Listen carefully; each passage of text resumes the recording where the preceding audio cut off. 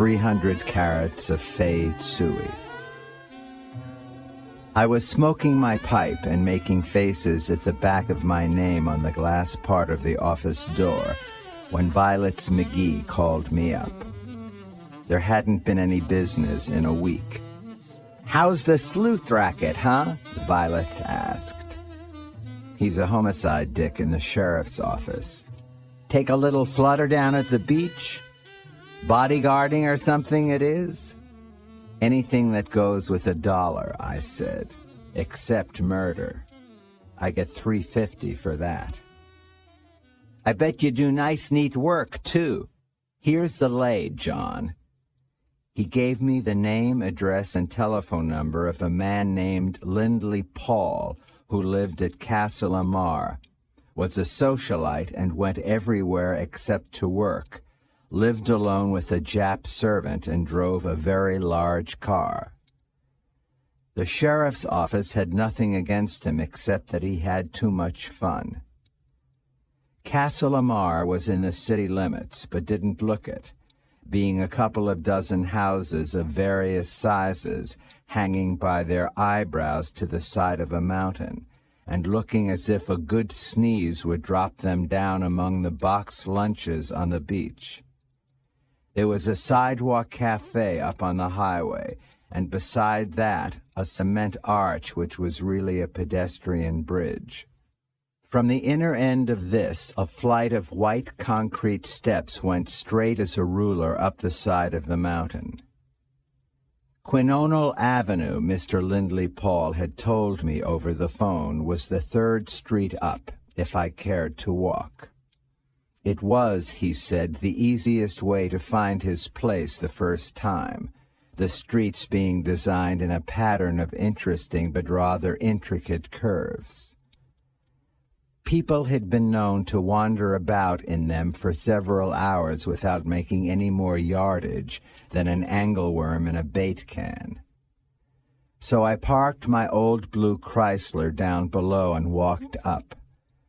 It was a fine evening, and there was still some sparkle on the water when I started. It had all gone when I reached the top. I sat down on the top step and rubbed my leg muscles and waited for my pulse to come down into the low hundreds. After that I shook my shirt loose from my back and went along to the house, which was the only one in the foreground. It was a nice enough house, but it didn't look like really important money. There was a salt-tarnished iron staircase going up to the front door, and the garage was underneath the house. A long black battleship of a car was backed into it, an immense streamlined boat with enough hood for 3 cars and a coyote tail tied to the radiator cap. It looked as if it had cost more than the house. The man who opened the door at the top of the iron stairs wore a white flannel suit with a violet satin scarf arranged loosely inside the collar. He had a soft brown neck, like the neck of a very strong woman. He had pale blue-green eyes about the color of an aquamarine, features on the heavy side but very handsome, 3 precise ledges of thick blonde hair rising from a smooth brown forehead, an inch more of height than I had, which made him 6'1", and the general look of a guy who would wear a white flannel suit with a violet satin scarf inside the collar. He cleared his throat, looked over my left shoulder, and said, "Yes? I'm the man you sent for, the one Violet's McGee recommended." "Violet's? Gracious, what a peculiar nickname. Let me see, your name is—" He hesitated, and I let him work at it until he cleared his throat again and moved his blue-green eyes to a spot several miles beyond my other shoulder. "Dalmas," I said, "the same as it was this afternoon." "Oh, come in, Mr. Dalmas. You'll excuse me, I'm sure. My houseboy is away this evening, so He smiled deprecatingly at the closing door, as though opening and closing it himself sort of dirtied him. The door put us on a balcony that ran around 3 sides of a big living room, only 3 steps above it in level. We went down the steps, and Lindley Paul pointed with his eyebrows at a pink chair, and I sat down on it and hoped I wouldn't leave a mark. It was the kind of room where people sit on floor cushions with their feet in their laps and sip absinthe through lumps of sugar and talk from the backs of their throats, and some of them just squeak. There were bookshelves all around the balcony and bits of angular sculpture in glazed clay on pedestals.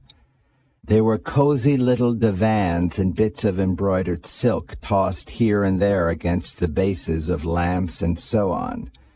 There was a big rosewood grand piano, and on it a very tall vase with just 1 yellow rose in it. And under its leg there was a peach-colored Chinese rug a gopher could have spent a week in without showing his nose above the nap. Lindley Paul leaned in the curve of the piano and lit a cigarette without offering me one. He put his head back to blow smoke at the tall ceiling, and that made his throat look more than ever like the throat of a woman. "It's a very slight matter," he said negligently. "Really hardly worth bothering you about, but I thought I might as well have an escort. You must promise not to flash any guns or anything like that. I suppose you do carry a gun." "Oh, yes," I said. "Yeah." I looked at the dimple in his chin. You could have lost a marble in it. "Well, I won't want you to use it, you know, or anything like that. I'm just meeting a couple of men and buying something from them. I shall be carrying a little money in cash." "How much money, and for what?" I asked, putting one of my own matches to one of my own cigarettes. "Well, really," it was a nice smile, but I could have put the heel of my hand in it without feeling bad. I just didn't like the man. "It's rather a confidential mission I'm undertaking for a friend. I'd hardly care to go into the details," he said. "You just want me to go along to hold your hat," I suggested. His hand jerked and some ash fell on his white suit cuff. That annoyed him. He frowned down at it. Then he said softly, in the manner of a sultan suggesting a silk noose for a harem lady whose tricks have gone stale, "You are not being impertinent, I hope." "Hope is what keeps us alive," I said. He stared at me for a while. "I've a damned good mind to give you a sock on the nose," he said. "That's more like it," I said. "You couldn't do it without hardening up a bit, but I like the spirit. Now let's talk business." He was still a bit sore. "I ordered a bodyguard," he said coldly. "If I employed a private secretary, I shouldn't tell him all my personal business. He'd know it if he worked for you steady. He'd know it upside down and backwards. But I'm just day labor. You've got to tell me. What is it? Blackmail?" After a long time, he said, "No. It's a necklace of Fei Tsui jade worth at least $75,000. Did you ever hear of Fei Tsui jade?" "No." "We'll have a little brandy, and I'll tell you about it." "Yes, we'll have a little brandy." He leaned away from the piano and went off like a dancer without moving his body above the waist. I put my cigarette out and sniffed at the air, and thought I smelled sandalwood. And then Lindley Paul came back with a nice-looking bottle and a couple of sniffing glasses. He poured a tablespoonful in each and handed me a glass. I put mine down in one piece and waited for him to get through rolling his spoonful under his nose and talk. He got around to it after a while. He said in a pleasant enough tone, "Fei Tsui jade is the only really valuable kind. The others are valuable for the workmanship put on them chiefly. Fei Tsui is valuable in itself. There are no known unworked deposits, very little of it in existence. All the known deposits have been exhausted hundreds of years ago. A friend of mine had a necklace of this jade, 51 carved mandarin beads, perfectly matched, about 6 carats each. It was taken in a hold-up some time ago. It was the only thing taken, and we were warned. I happen to be with this lady, which is one reason why I'm taking the risk of making the payoff, not to tell the police or any insurance company, but wait for a phone call." The call came in a couple of days. The price was set at $10,000, and the time is tonight at 11. I haven't heard the place yet, but it's to be somewhere fairly near here, somewhere along the Palisades. I looked into my empty sniffing glass and shook it. He put a little more brandy in it for me. I sent that after the first dose and lit another cigarette, one of his this time. A nice Virginia straight cut with his monogram on the paper. "Jewel ransom racket," I said. "Well organized, or they wouldn't know where and when to pull the job. People don't wear valuable jewels out very much, and half of the time when they do, they're phonies. Is jade hard to imitate?" "As to material, no," Lindley Paul said. "As to workmanship, that would take a lifetime." "So the stuff can't be cut," I said, "which means it can't be fenced except for a small fraction of the value. So the ransom money is the gang's only payoff.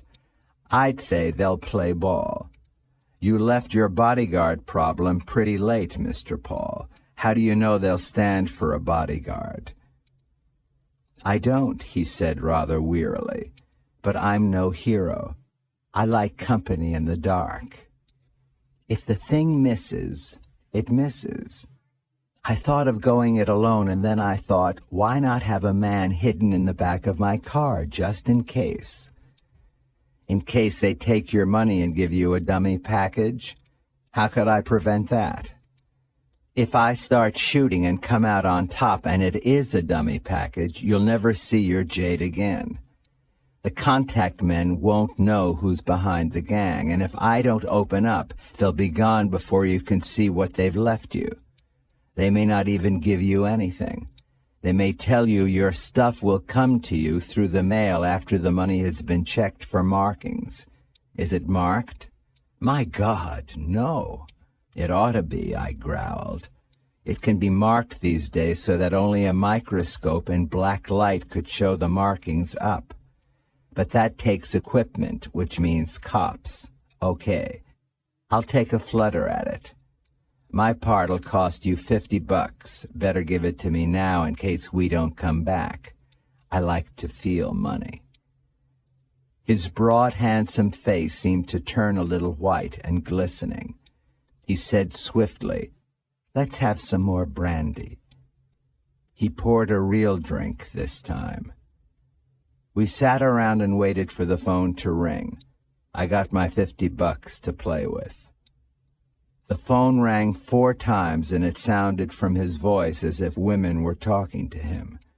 The call we wanted didn't come through until 10:40.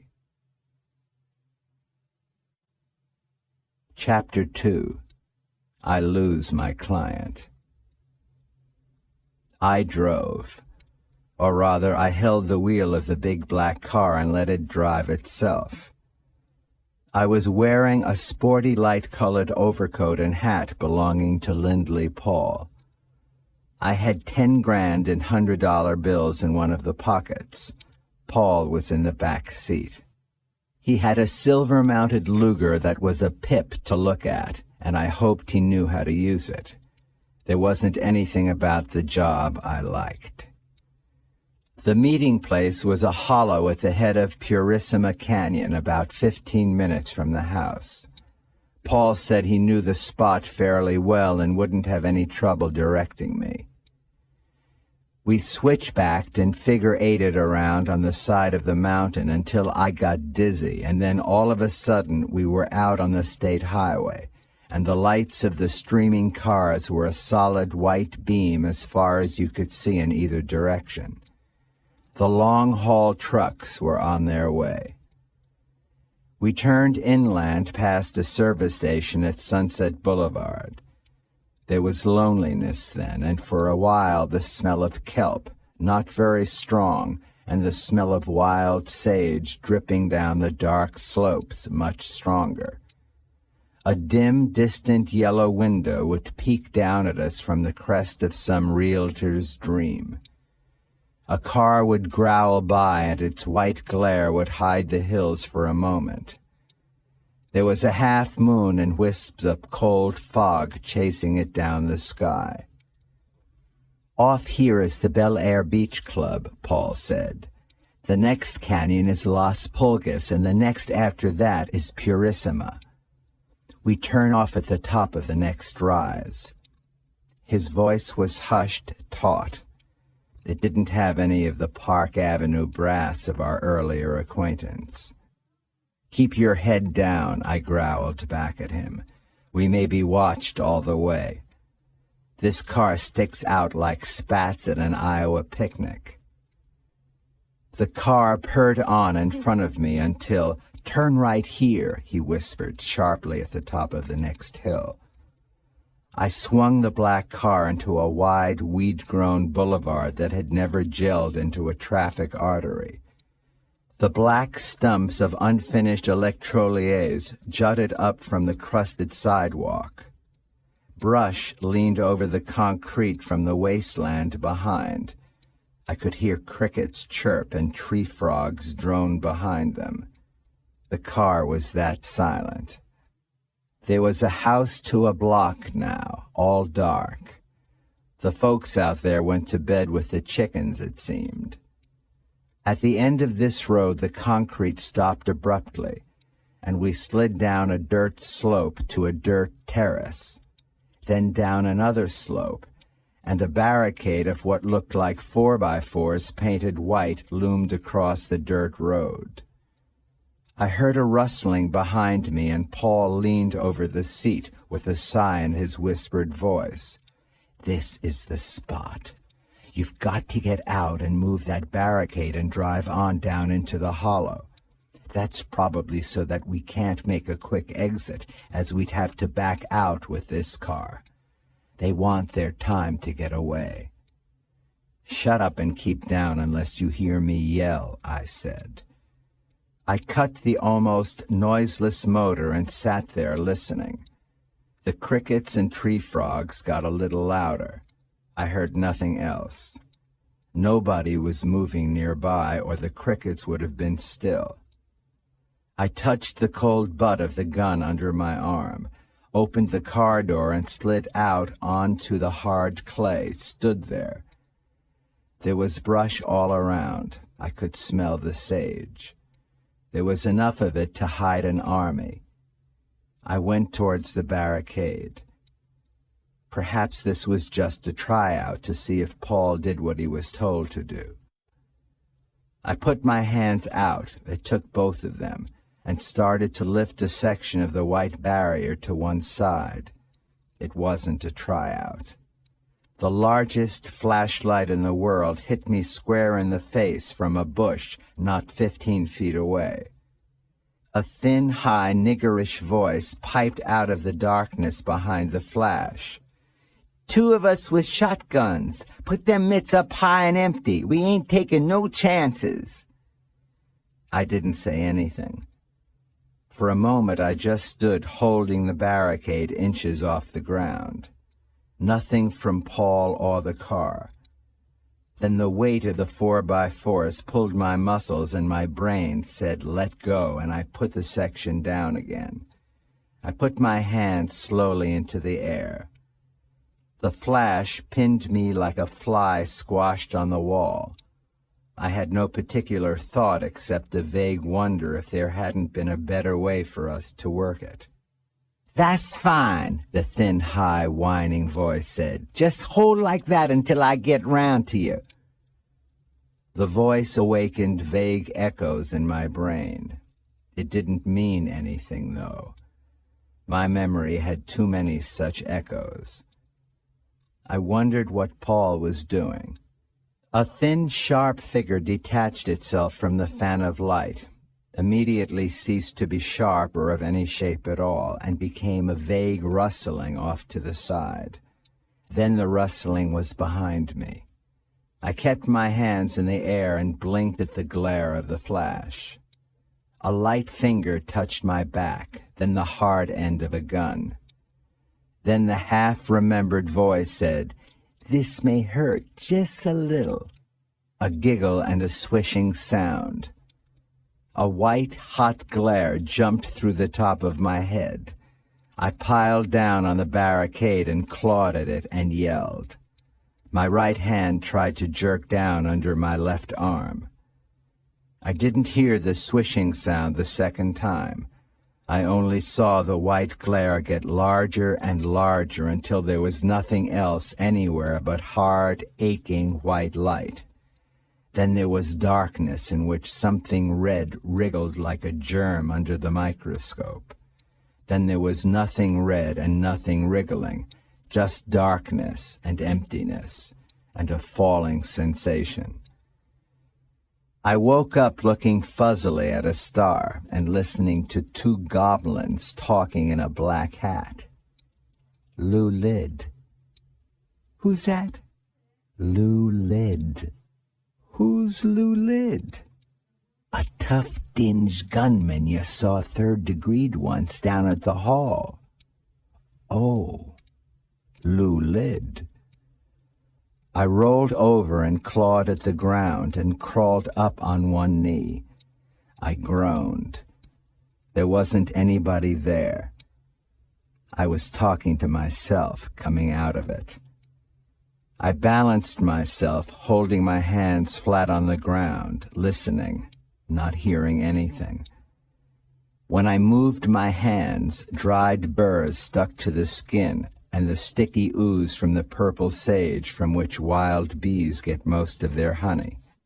Honey was sweet, much, much too sweet and too hard on the stomach. I leaned down and vomited. Time passed and I gathered my insides together again. I still didn't hear anything but the buzzing in my own ears. I got up very cautiously like an old man getting out of a tub bath. My feet didn't have much feeling in them and my legs were rubbery. I wobbled and wiped the cold sweat of nausea off my forehead and felt the back of my head. It was soft and pulpy like a bruised peach. When I touched it, I could feel the pain clear down to my ankles. I could feel every pain I ever felt since the first time I got kicked in the rear in grade school. Then my eyes cleared enough for me to see the outlines of the shallow bowl of wild land, with brush growing on the banks all around like a low wall, and a dirt road, indistinct under the sinking moon, crawling up one side. Then I saw the car. It was quite close to me, not more than 20 feet away. I just hadn't looked in that direction. It was Lindley Paul's car, lightless. I stumbled over to it and instinctively grabbed under my arm for a gun. Of course, there wasn't any gun there now. The whiny guy whose voice reminded me of someone would have seen to that. But I still had a fountain pen flash. I unshipped it, opened the rear door of the car, and poked the light in. It didn't show anything. No blood, no torn upholstery, no starred or splintered glass, no bodies. The car didn't seem to have been the scene of a battle. It was just empty. The keys hung on the ornate panel. It had been driven down there and left. I pointed my little flash at the ground and began to prowl, looking for him. He'd be around there all right, if the car was. Then in the cold silence, a motor throbbed above the rim of the bowl. The light in my hand went out. Other lights, headlights, tilted up over the frayed bushes. I dropped and crawled swiftly behind the hood of Lindley Paul's car. The lights tilted down, got brighter.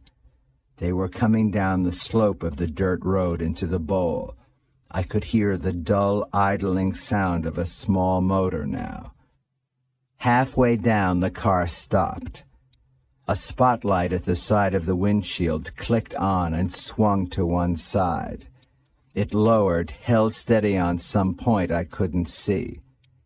The spot clicked off again, and the car came slowly on down the slope. At the bottom, it turned a little so that its headlights raked the black sedan. I took my upper lip between my teeth and didn't feel myself biting it until I tasted the blood. The car swung a little more. Its lights went out abruptly. Its motor died, and once more the night became large and empty and black and silent. Nothing. No movement except the crickets and tree frogs far off that had been droning all the time, only I hadn't been hearing them. Then a door latch snapped, and there was a light, quick step on the ground, and a beam of light cut across the top of my head like a sword.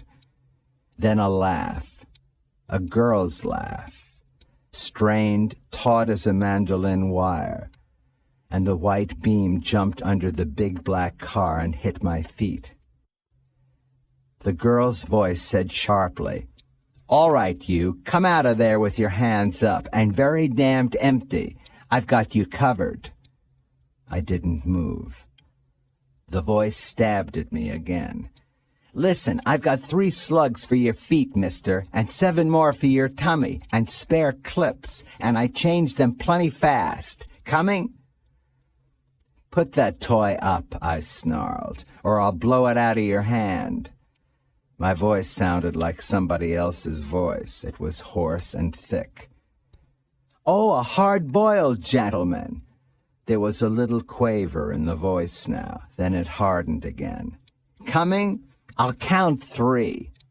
Look at all the odds I'm giving you. 12 big fat cylinders to hide behind, or is it 16? Your feet will hurt you, though, and ankle bones take years to get well when they've been hurt, and sometimes—" I straightened up and looked into her flashlight. "I talk too much when I'm scared, too," I said. Don't move another inch. Who are you?" "A bum private dick." "Detective to you. Who cares?" I started around the car towards her. She didn't shoot. When I was 6 feet from her, I stopped. "You stay right there," she snapped angrily, after I'd stopped. "Sure. What were you looking at back there with your windshield spotlight?" "A man." "Hurt bad?" "I'm afraid he's dead," she said simply, "and you look half dead yourself." "I've been sapped," I said. "It always makes me dark under the eyes." "A nice sense of humor," she said, "like a morgue attendant." "Let's look him over," I said gruffly.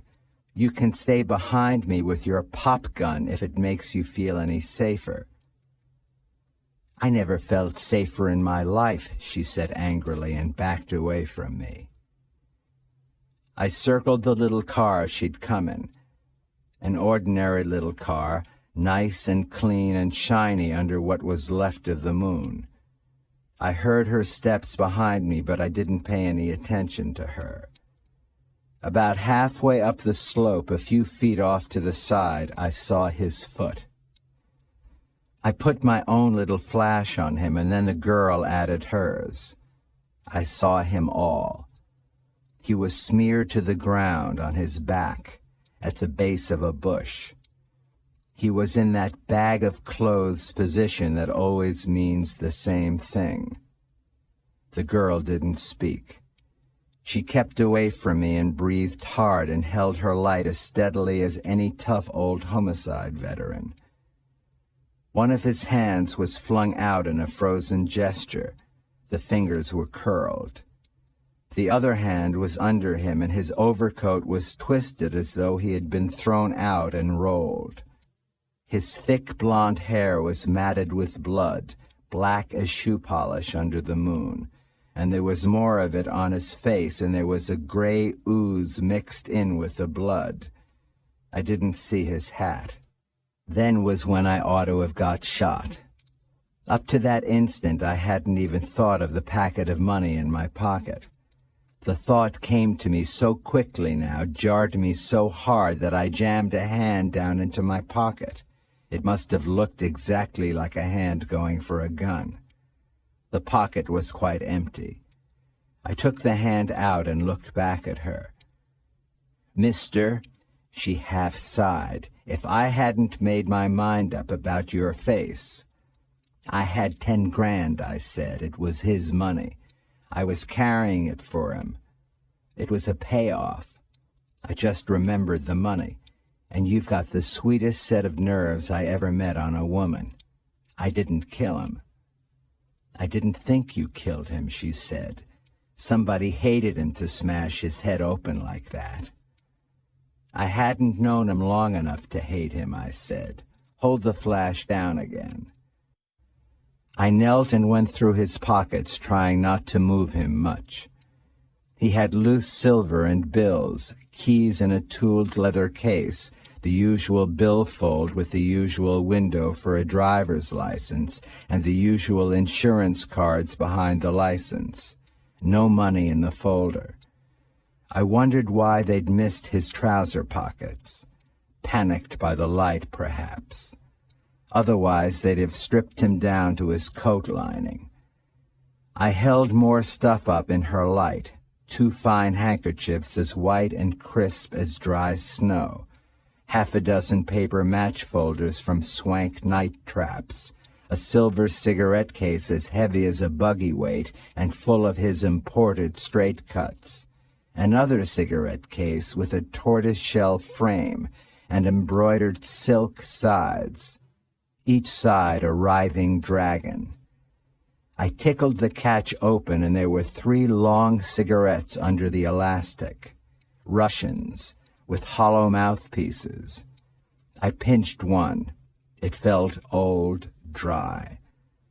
"Maybe for ladies," I said. He smoked others. "Or maybe jujus," the girl said behind me, breathing on my neck. "I knew a lad who smoked them once. Could I look?" I passed the case up to her, and she poked her flash into it, until I growled at her to put it on the ground again. There wasn't anything else to examine. She snapped the case shut and handed it back, and I put it in his breast pocket. "That's all. Whoever tapped him down was afraid to wait and clean up. Thanks." I stood up casually and turned and speared the little gun out of her hand. "Darn it, you didn't have to get rough," she snapped. "Give," I said. "Who are you, and how come you ride around this place at midnight?" She pretended I'd hurt her hand, put the flash on it, and looked at it carefully. "I've been nice to you, haven't I?" she complained. "I'm burning up with curiosity and scared, and I haven't asked you a single question, have I?" "You've been swell," I said, "but I'm in a spot where I can't fool around. Who are you? And douse the flash now. We don't need light anymore." She put it out, and the darkness lightened for us gradually, until we could see the outlines of the bushes and the dead man's sprawled body, and the glare in the southeastern sky that would be Santa Monica. "My name is Carol Pride," she said. "I live in Santa Monica. I try to do feature stories for a newspaper syndicate. Sometimes I can't get sleepy at night, and I go out riding, just anywhere. I know all this country like a book. I saw your little light flickering around down in the hollow, and it seemed to me it was pretty cold for young love, if they use lights." "I wouldn't know," I said. "I never did. So you have spare clips for this gun. Would you have a permit for it?" I hefted the little weapon. It felt like a Colt 25 in the dark. It had a nice balance for a small gun. Plenty of good men have been put to sleep with 25s. "Certainly I have a permit. That was just bluff about the spare clips, though." "Not afraid of things, are you, Miss Pride? Or would it be Mrs.?" "No, it wouldn't. This neighborhood isn't dangerous. People don't even lock their doors around here. I guess some bad men just happen to get wise how lonely it is." I turned the little gun around and held it out. "Here, it's not my night to be clever. Now, if you'll be good enough to ride me down to Casa Lamar, I'll take my car there and go find some law. Shouldn't somebody stay with him?" I looked at the radio light dial of my wristwatch. "It's 1:45, I said. "We'll leave him with the crickets and the stars. Let's go." She tucked the gun in her bag, and we went back down the slope and got into her car. She jockeyed it around without lights and drove it back up the slope. The big black car looked like a monument standing there behind us. At the top of the rise, I got out and dragged the section of white barricade back into position across the road. He was safe for the night now, and likely enough for many nights. The girl didn't speak until we had come near the first house. Then she put the lights on and said quietly, "There's blood on your face, Mr. Whatever your name is, and I never saw a man who needed a drink worse. Why not go back to my house and phone West Los Angeles from there? There's nothing but a fire station in this neighborhood." "John Dalmas is the name," I said. "I like the blood on my face. You wouldn't want to be mixed up in a mess like this. I won't even mention you." She said, "I'm an orphan and live all alone. It wouldn't matter in the slightest." "Just keep going down to the beach," I said. "I'll play it solo after that." But we had to stop once before we got to Casa Lamar. The movement of the car made me go off into the weeds and be sick again. When we came to the place where my car was parked and the steps started up the hill, I said good night to her and sat in the Chrysler until I couldn't see her taillights anymore. The sidewalk cafe was still open. I could have gone in there and had a drink and phoned, but it seemed smarter to do what I did half an hour later. Walk into the West Los Angeles police station, cold, sober, and green with the blood still on my face. Cops are just people, and their whiskey is just as good as what they push across bars at you.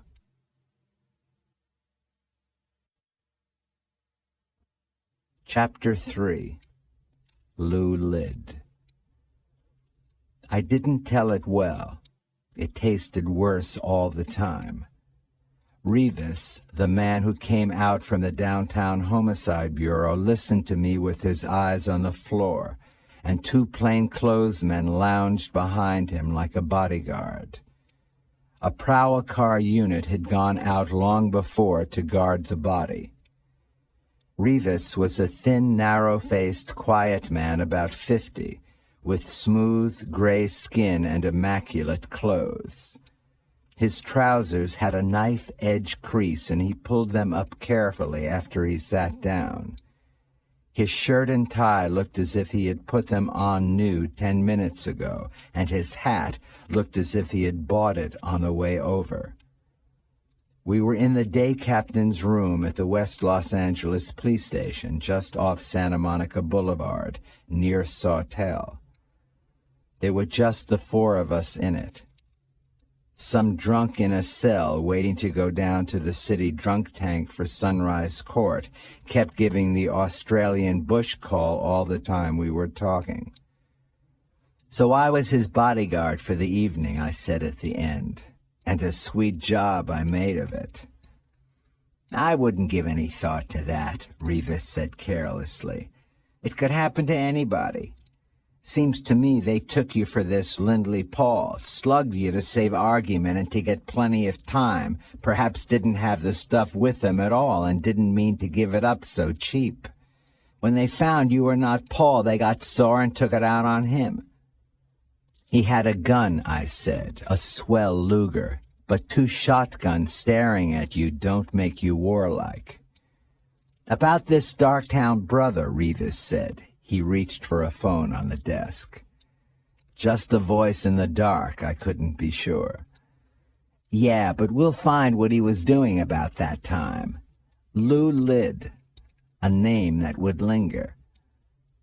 He lifted the phone off its cradle and told the PBX man, "Desk at headquarters, Joe. This is Revis out in West L.A. on that stick-up murder. I want a Negro or half-Negro gunman name of Lou Lid, about 22 to 24.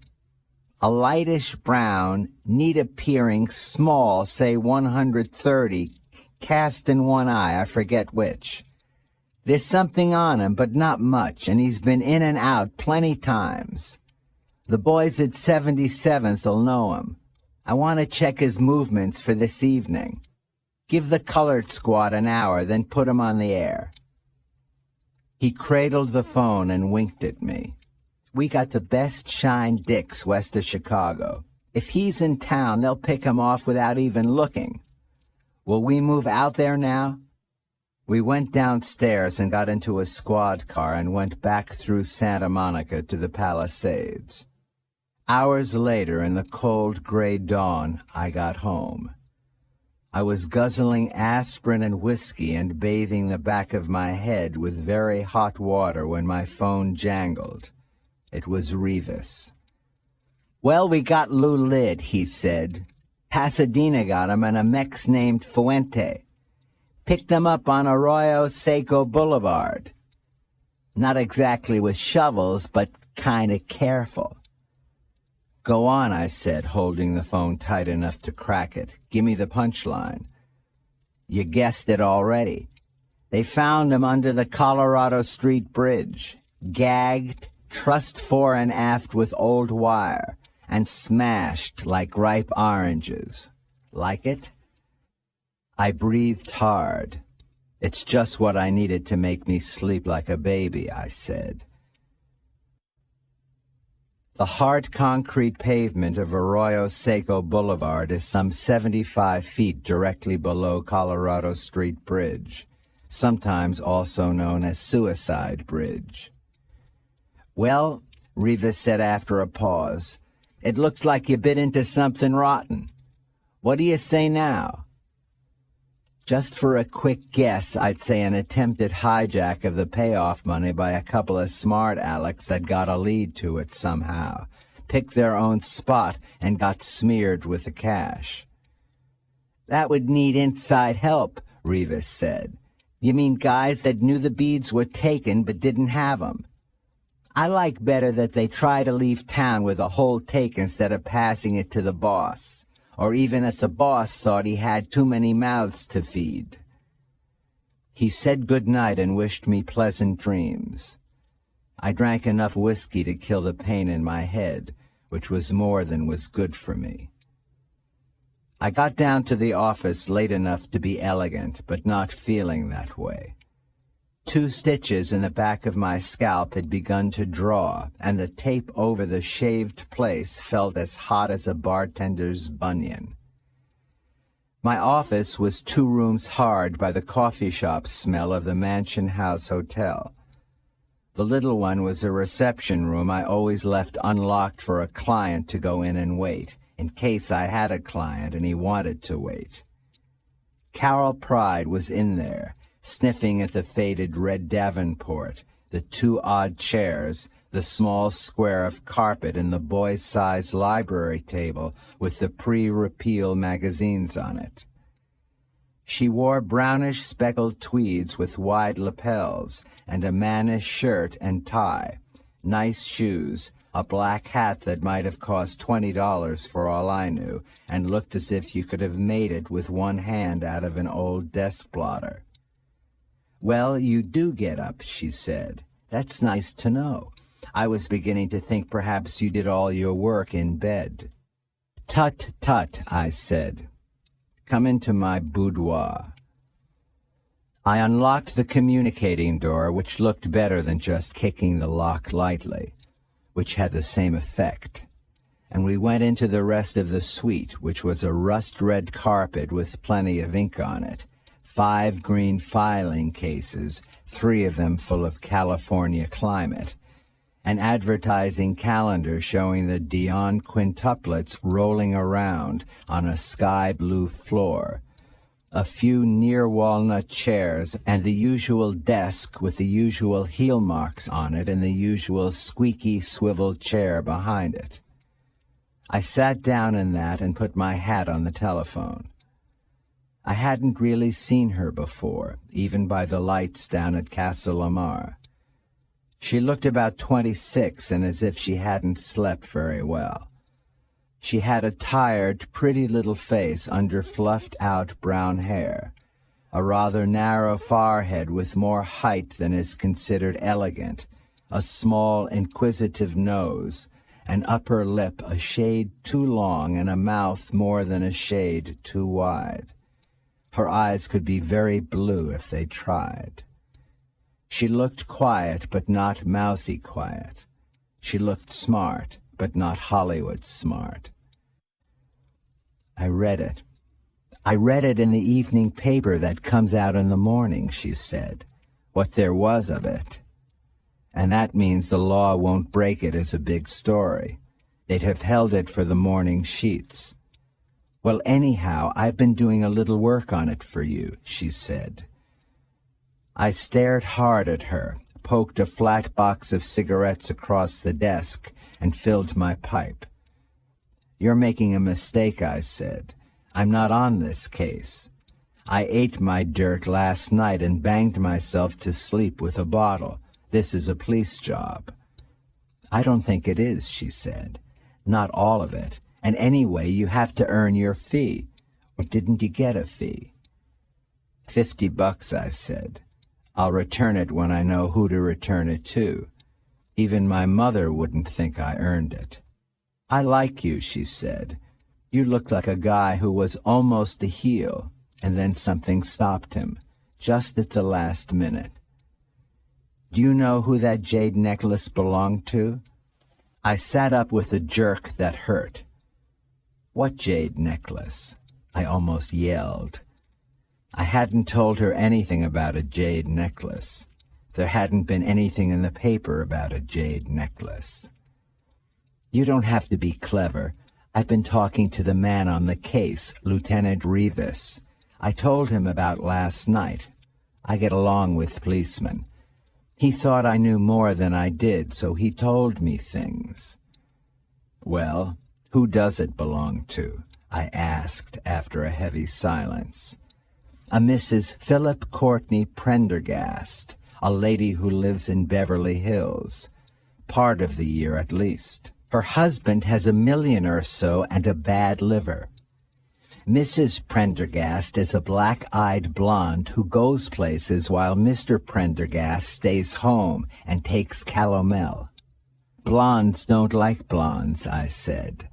"Lindley Paul was as blonde as a Swiss yodeler." "Don't be silly. That comes of reading movie magazines. This blonde liked that blonde. I know. The society editor of the Chronicle told me. He weighs 200 pounds and has a mustache, and they call him Giddy Gertie." "He tell you about the necklace?" "No. The manager of Block's Jewelry Company told me about that. I told him I was doing an article on rare jade for the Police Gazette. Now you've got me doing the wisecracks." I lit my pipe for the 3rd time and squeaked my chair back and nearly fell over backwards. "Rivas knows all this?" I asked, trying to stare at her without seeming to. "He didn't tell me he did. He can find out easily enough. I've no doubt he will. He's nobody's fool. Except yours, I said. Did he tell you about Lou Lid and Fuente the Mex? No. Who are they? I told her about them. Why, that's terrible, she said, and smiled. Your old man wasn't a cop by any chance, was he? I asked suspiciously. Police chief of Pomona for almost 15 years. I didn't say anything. I remembered that Police Chief John Pride of Pomona had been shot dead by 2 kid bandits about 4 years before. After a while, I said, I should have thought of that. All right, what next? I'll lay you 5-1 Mrs. Prendergast didn't get her necklace back and that her bilious husband has enough drag to keep that part of the story and their name out of the papers, and that she needs a nice detective to help her get straightened out without any scandal. What scandal? Oh, I don't know. She's the type that would have a basket of it in her dressing room. I suppose you had breakfast with her, I said. What time did you get up? No, I can't see her till 2 o'clock. I got up at 6. My God, I said, and got a bottle out of the deep drawer of my desk. My head hurts me something terrible. Just one, Carol Pride said sharply, and only because you were beaten up, but I dare say that happens quite often. I put the drink inside me, corked the bottle but not too tightly, and drew a deep breath. The girl groped in her brown bag and said, There's something else, but maybe you ought to handle this part of it yourself. It's nice to know I'm still working here, I said. She rolled 3 long Russian cigarettes across the desk. She didn't smile. Look inside the mouthpieces, she said, and draw your own conclusions. I swiped them out of that Chinese case last night. They all have that something to make you wonder. And you a cop's daughter, I said. She stood up, wiped a little pipe ash off the edge of my desk with her bag, and went towards the door. I'm a woman, too. Now I've got to go see another society editor and find out more about Mrs. Philip Courtney Prendergast and her love life. Fun, isn't it? The office door and my mouth shut at about the same moment. I picked up one of the Russian cigarettes. I pinched it between my fingers and peeped into the hollow mouthpiece. There seemed to be something rolled up in there, like a piece of paper or card, something that wouldn't have improved the drawing of the cigarette. I finally managed to dig it out with the nail file blade of my pocket knife. It was a card, all right, a thin ivory calling card, man size. 3 words were engraved on it, nothing else. Sukessian, the psychic. I looked into the other mouthpieces, found identical cards in each of them. It didn't mean a thing to me. I'd never heard of Sukessian, the psychic. After a while, I looked him up in the phone book. There was a man named Sukessian on West 7th. It sounded Armenian, so I looked him up again under Oriental rugs in the classified section. He was there all right, but that didn't prove anything. You don't have to be a psychic to sell Oriental rugs. You only have to be a psychic to buy them. And something told me this Sukessian on the card didn't have anything to do with Oriental rugs. I had a rough idea what his racket would be and what kind of people would be his customers, and the bigger he was, the less he would advertise. If you gave him enough time and paid him enough, he'd cure anything from a tired husband to a grasshopper plague. He'd be an expert in frustrated women, in tricky, tangled love affairs, in wandering boys who hadn't written home, in whether to sell the property now or hold it another year, in whether this part will hurt my type with my public or improve it. Even men would go to him. Guys who bellowed like bulls around their own offices and were all cold mush inside just the same. But most of all, women.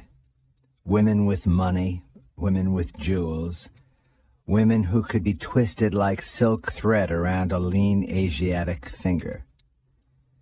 I refilled my pipe and shook my thoughts around without moving my head too much, and fished for a reason why a man would carry a spare cigarette case with 3 cigarettes in it not meant for smoking, and in each of those 3 cigarettes the name of another man concealed. Who would find that name? I pushed the bottle to one side and grinned. Anyone would find those cards who went through Lindley Paul's pockets with a fine-tooth comb, carefully and taking time. Who would do that? A cop. And when? If Mr. Lindley Paul died or was badly hurt in mysterious circumstances. I took my hat off the telephone and called a man named Willie Peters, who was in the insurance business, so he said, and did a sideline selling unlisted telephone numbers bribed from maids and chauffeurs. His fee was $5. I figured Lindley Paul could afford it out of his 50. Willie Peters had what I wanted. It was a Brentwood Heights number. I called Revis down at headquarters. He said everything was fine except his sleeping time and for me just to keep my mouth shut and not worry, but I ought really to have told him about the girl. I said that was right, but maybe he had a daughter himself and wouldn't be so keen to have a lot of camera hounds jumping out at her. He said he had, and the case didn't make me look very good, but it could happen to anyone, and so long. I called Violets McGee to ask him to lunch someday when he had just had his teeth cleaned and his mouth was sore, but he was up in Ventura returning a prisoner. Then I called the Brentwood Heights number of Sukessian the psychic. After a while, a slightly foreign woman's voice said, "Allo? May I speak to Mr. Sukessian? I am very sorry. Sukessian, he will never speak upon the telephone. I am his secretary. Will I take the message?" "Yeah. Got a pencil?" "But of course I have the pencil. The message, if you please." I gave her my name and address and occupation and telephone number first. I made sure she had them spelled right. Then I said, "It's about the murder of a man named Lindley Paul. It happened last night down on the Palisades near Santa Monica. I'd like to consult with Mr. Sukessian." "He will be very pleased." Her voice was as calm as an oyster. "But of course I cannot give you the appointment today. Sukessian, he is always very busy. Perhaps tomorrow." "Next week will be fine," I said heartily. "There's never any hurry about a murder investigation. Just tell him I'll give him 2 hours before I go to the police with what I know." There was a silence. Maybe a breath caught sharply, and maybe it was just wire noise. Then the slow foreign voice said, "I will tell him. I do not understand. Give it the rush, Angel. I'll be waiting in my office." I hung up, fingered the back of my head, put the 3 cards away in my wallet, and felt as if I could eat some hot food. I went out to get it. Chapter 4. Second Harvest. The Indian smelled. He smelled clear across my little reception room when I heard the outer door open and got up to see who it was. He stood just inside the door, looking as if he'd been cast in bronze. He was a big man from the waist up and had a big chest. Apart from that, he looked like a bum. He wore a brown suit, too small for him. His hat was at least 2 sizes too small, and had been perspired in freely by someone it fitted better than it fitted him. He wore it about where a house wears a weathercock. His collar had the snug fit of a horse collar and was about the same shade of dirty brown. A tie dangled from it outside his buttoned coat, and had apparently been tied with a pair of pliers in a knot the size of a pea. Around his bare throat, above the collar, he wore what looked like a piece of black ribbon. He had a big, flat face, a big, high-bridged, fleshy nose that looked as hard as the prow of a cruiser. He had lidless eyes, drooping jowls, the shoulders of a blacksmith. If he'd been cleaned up a little and dressed in a white nightgown, he would have looked like a very wicked Roman senator. His smell was the earthy smell of the primitive man, dirty, but not the dirt of cities. "Huh," he said, "come quick. Come now." I jerked my thumb at the inner office and went back into it. He followed me ponderously and made as much noise walking as a fly makes. I sat down behind my desk, pointed at the chair opposite, but he didn't sit down. His small black eyes were hostile. "Come where?" I wanted to know. "Huh. Me second harvest. Me Hollywood Indian." "Take a chair, Mr. Harvest." He snorted, and his nostrils got very wide. They had been wide enough for mouse holes in the first place. "Name second harvest. No, Mr. Harvest. Nuts." "What do you want?" "He say come quick. Big White Father say come now. He say—" "Don't give me any more of that pig Latin," I said. "I'm no schoolmarm at the snake dances." "Nuts," he said. He removed his hat with slow disgust and turned it upside down. He rolled a finger around under the sweatband. That turned the sweatband up into view. He removed a paper clip from the edge of the leather and moved near enough to throw a dirty fold of tissue paper on the desk. He pointed at it angrily.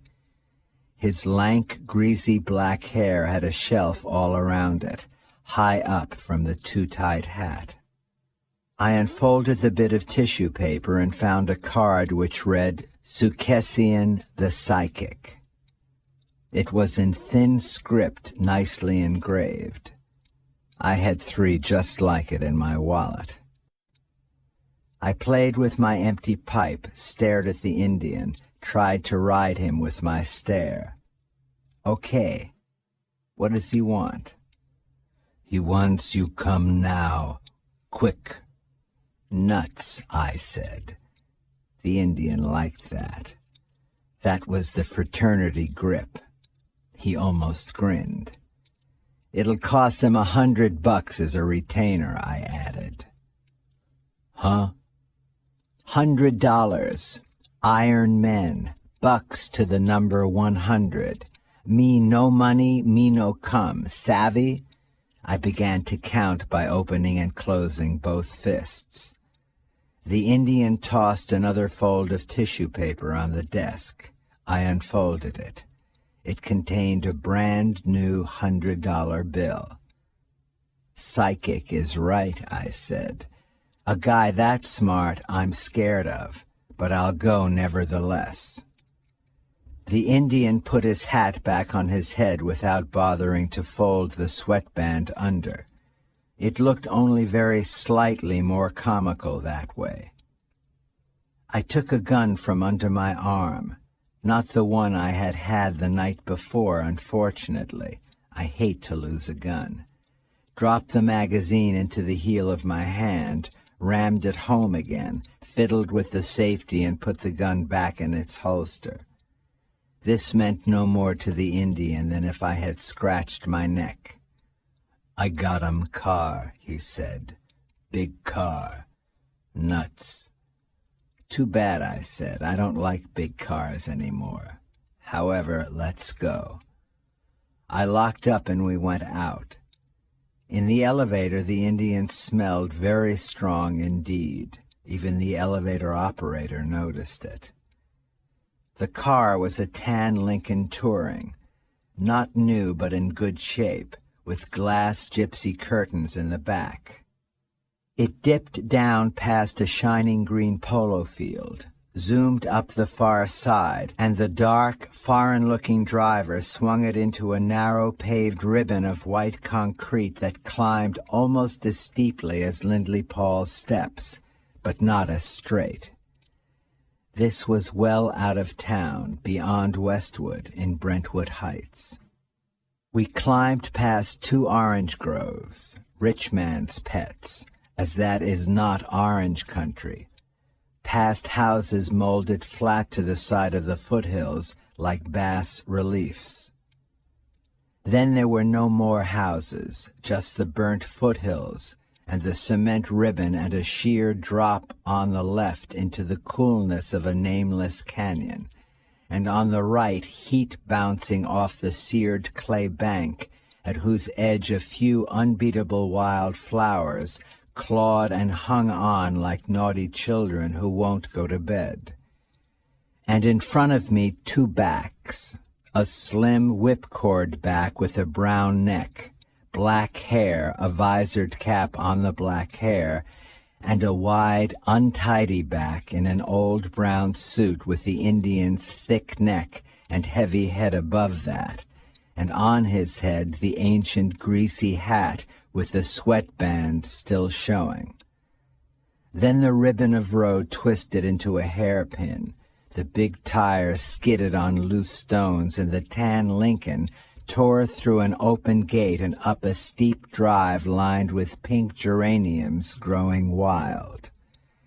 At the top of the drive there was an eyrie, an eagle's nest, a hilltop house of white plaster and glass and chromium, as modernistic as a fluoroscope and as remote as a lighthouse. The car reached the top of the driveway, turned, stopped before a blank white wall in which there was a black door. The Indian got out, glared at me.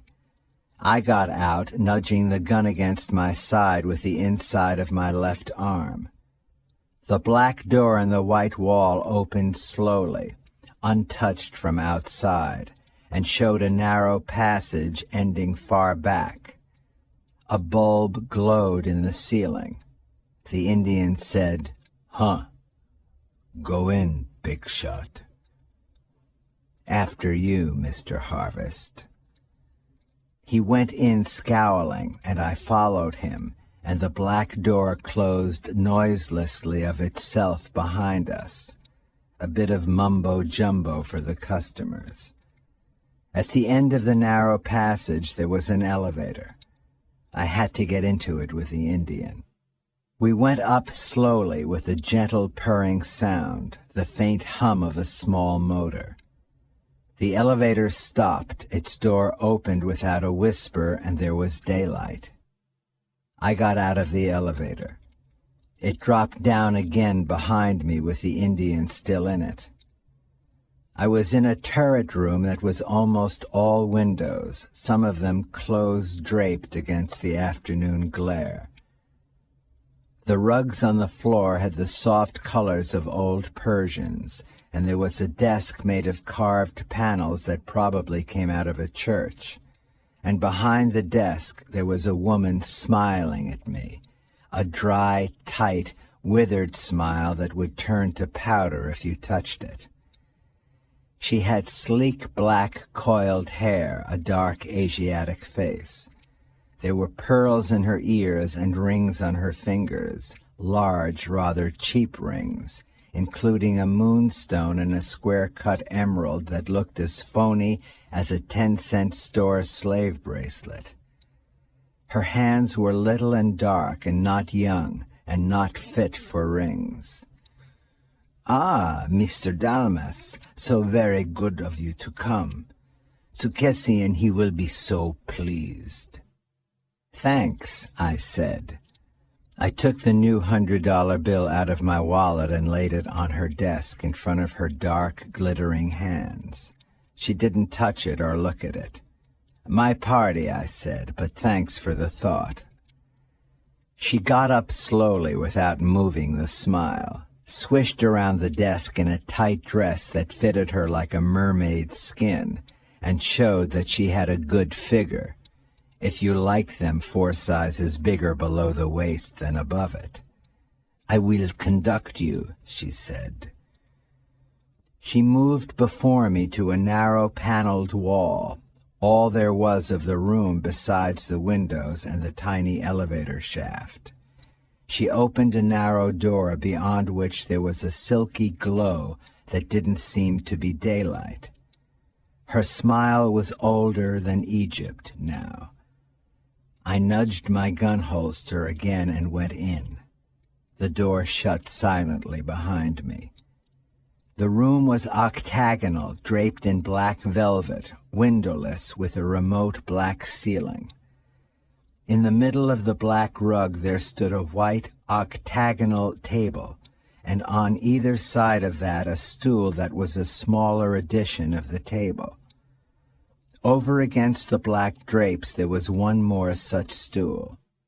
There was a large milky ball on a black stand on the white table. The light came from this. There was nothing else in the room. I stood there for perhaps 15 seconds with that obscure feeling of being watched.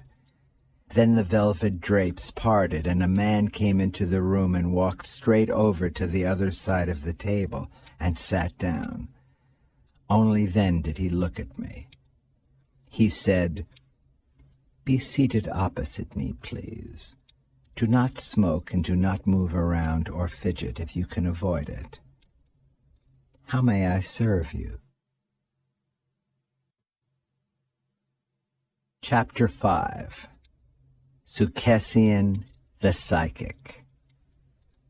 He was a tall man, straight as steel, with the blackest eyes I'd ever seen and the palest and finest blonde hair I had ever seen. He might have been 30 or 60. He didn't look any more like an Armenian than I did.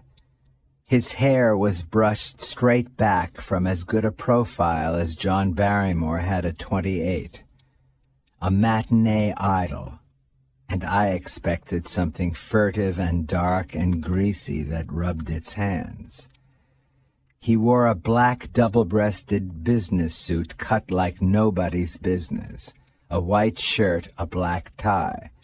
He was as neat as a gift book.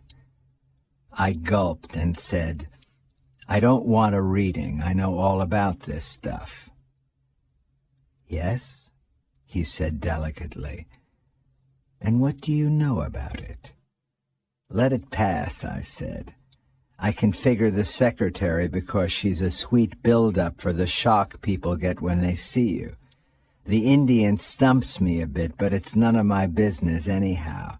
I'm not a bunco squad cop. What I came about is a murder." "The Indian happens to be a natural medium," Sukessian said mildly. "They are much rarer than diamonds, and, like diamonds, they are sometimes found in dirty places. That might not interest you either. As to the murder, you may inform me. I never read the papers." "Come, come," I said, "not even to see who's pulling the big checks at the front office? Okay, here it is." And I laid it in front of him, the whole damn story, and about his cards and where they'd been found. He didn't move a muscle. I don't mean that he didn't scream or wave his arms or stamp on the floor or bite his nails. I mean he simply didn't move at all, not even an eyelid, not even an eye.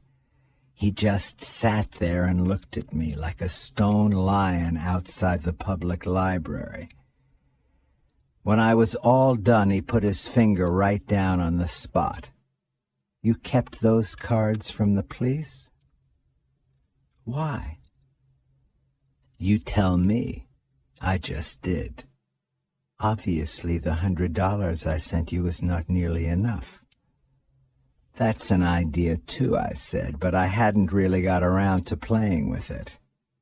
He moved enough to fold his arms. His black eyes were as shallow as a cafeteria tray or as deep as a hole to china, whichever you like. They didn't say anything either way. He said, "You wouldn't believe me if I said I only knew this man in the most casual manner, professionally?"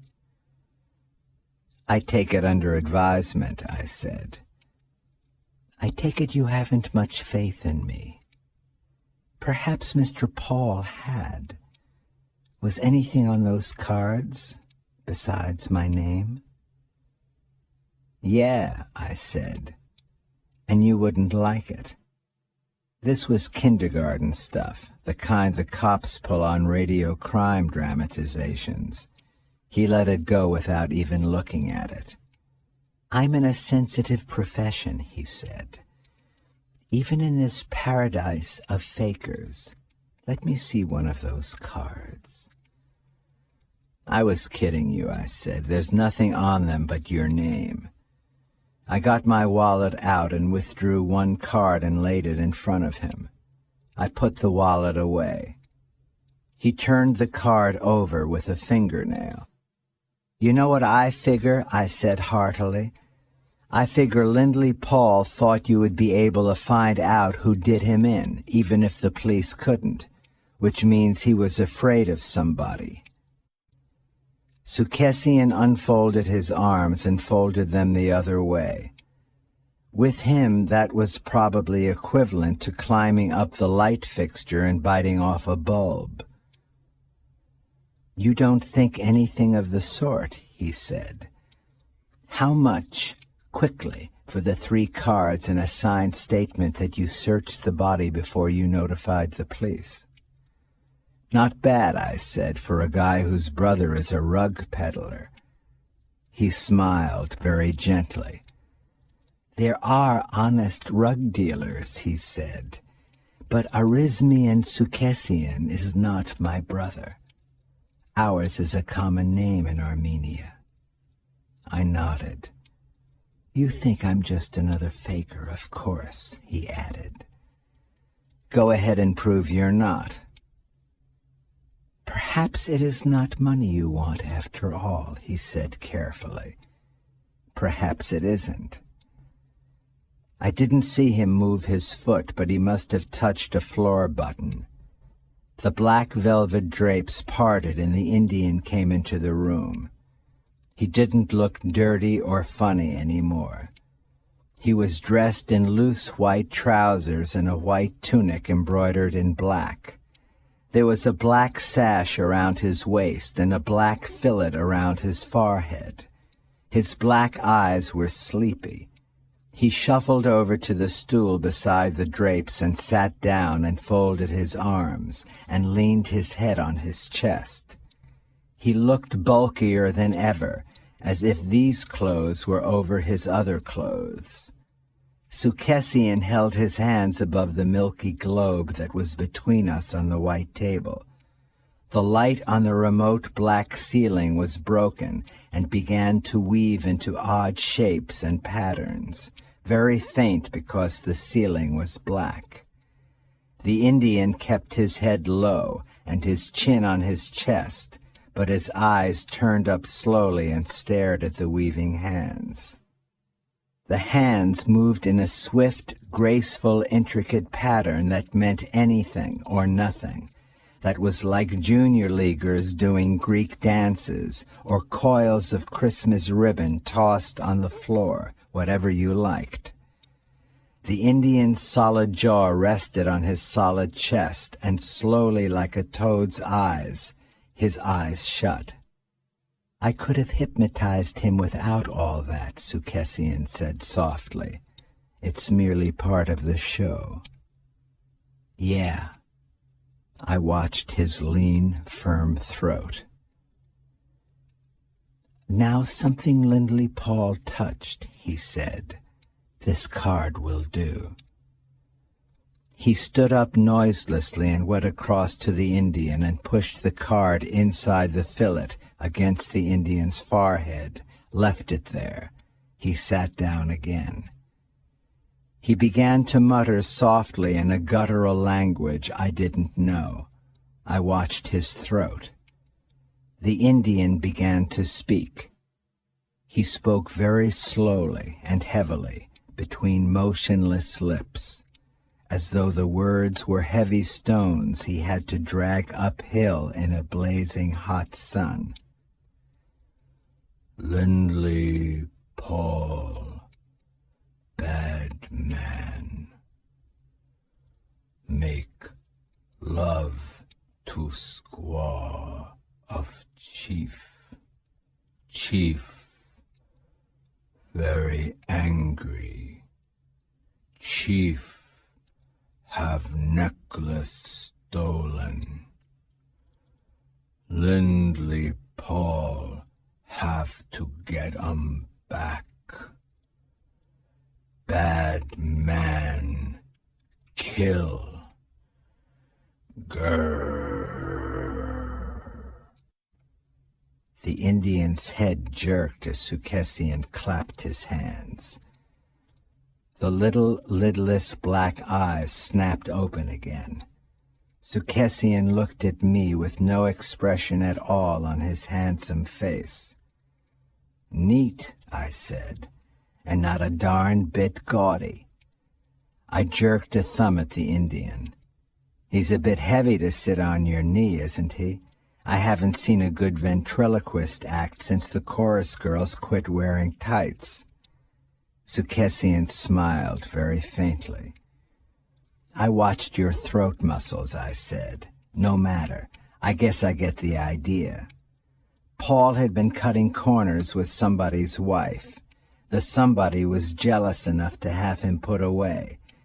It has points as a theory, because this jade necklace she was wearing wouldn't be worn often, and somebody had to know she was wearing it that particular night when the stick-up was pulled off. A husband would know that.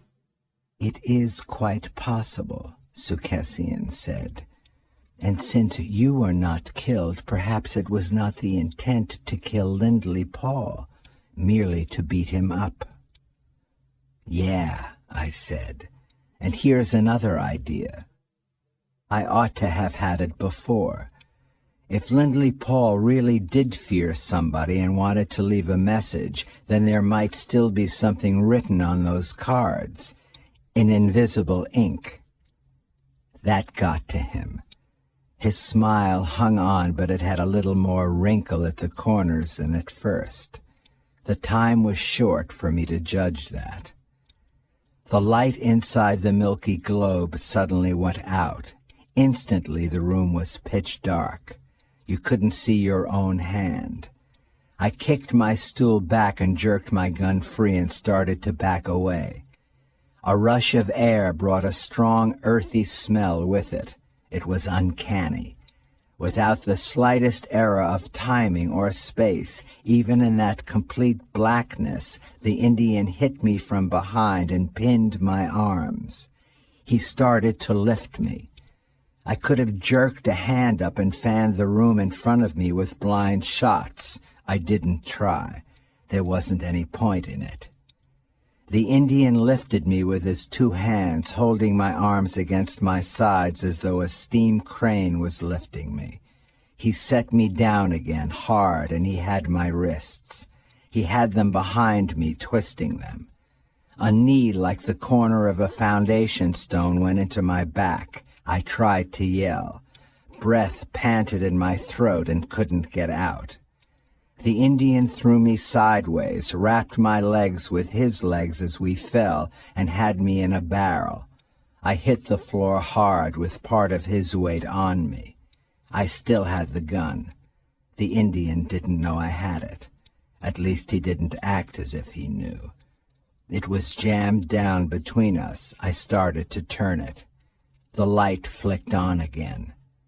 Sukessian was standing beyond the white table, leaning on it. He looked older. There was something on his face I didn't like. He looked like a man who had something to do he didn't relish but was going to do it all the same. "So," he said softly, "invisible writing."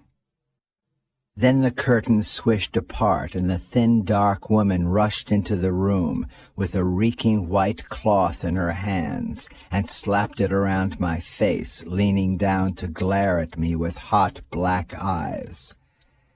The Indian grunted a little behind me, straining at my arms. I had to breathe the chloroform. There was too much weight dragging my throat tight. The thick Swedish reek of it ate into me. I went away from there. Just before I went, somebody fired a gun twice. The sound didn't seem to have anything to do with me. I was lying out in the open again, just like the night before. This time it was daylight, and the sun was burning a hole in my right leg. I could see the hot blue sky, the lines of a ridge, scrub oak, yuccas in bloom spouting from the side of a hill, more hot blue sky. I sat up. Then my left leg began to tingle with tiny needle points. I rubbed it. I rubbed the pit of my stomach. The chloroform stank in my nose. I was as hollow and rank as an old oil drum. I got up on my feet but didn't stay there. The vomiting was worse than last night. More shakes to it, more chills, and my stomach hurt worse. I got back up on my feet. The breeze off the ocean lifted up the slope and put a little frail life into me.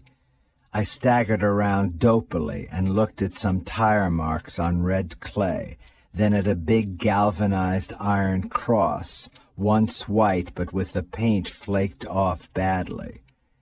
It was studded with empty sockets for light bulbs, and its base was of cracked concrete with an open door, inside which a verdigris-coated copper switch showed. Beyond this concrete base, I saw the feet. They stuck out casually from under a bush. They were in hard-toed shoes, the kind college boys used to wear about the year before the war. I hadn't seen shoes like that for years, except once. I went over there and parted the bushes and looked down at the Indian. His broad, blunt hands lay at his sides, large and empty and limp. There were bits of clay and dead leaf and wild oyster plant seeds in his greasy black hair. A tracery of sunlight skimmed along his brown cheek. On his stomach the flies had found a soddened patch of blood. His eyes were like other eyes I had seen, too many of them, half open, clear, but the play behind them was over. He had his comic street clothes on again, and his greasy hat lay near him, with the sweatband still wrong side out. He wasn't funny anymore, or tough, or nasty. He was just a poor, simple, dead guy who had never known what it was all about. I'd killed him, of course. Those were my shots I had heard from my gun. I didn't find the gun. I went through my clothes. The other 2 Sukessian cards were missing. Nothing else. I followed the tire tracks to a deeply rutted road and followed that down the hill. Cars glittered by far below as the sunlight caught their windshields or the curve of a headlight. There was a service station and a few houses down there, too. Farther off still, the blue of water, piers, the long curve of the shoreline towards Point Fermin. It was a little hazy. I couldn't see Catalina Island. The people I was dealing with seemed to like operating in that part of the country. It took me half an hour to reach the service station. I phoned for a taxi, and it had to come from Santa Monica. I drove all the way home to my place in the Bergland, 3 blocks above the office, changed clothes, put my last gun in the holster, and sat down to the phone. Sukessian wasn't home. Nobody answered that number. Carol Pride didn't answer her number. I didn't expect her to. She was probably having tea with Mrs. Philip Courtney Prendergast. But police headquarters answered their number, and Revis was still on the job. He didn't sound pleased to hear from me. "Anything new on the Lindley Paul killing?" I asked him. "I thought I told you to forget it. I meant to." His voice was nasty. "You told me all right, but it keeps worrying at me. I like a clean job. I think her husband had it done." He was silent for a moment. Then, "Whose husband, smart boy?" "The husband of the frail that lost the jade beads, naturally. And of course you've had to poke your face into who she is." "It sort of drifted to me," I said. "I just had to reach out." He was silent again. This time so long that I could hear the loudspeaker on his wall put out a police bulletin on a stolen car.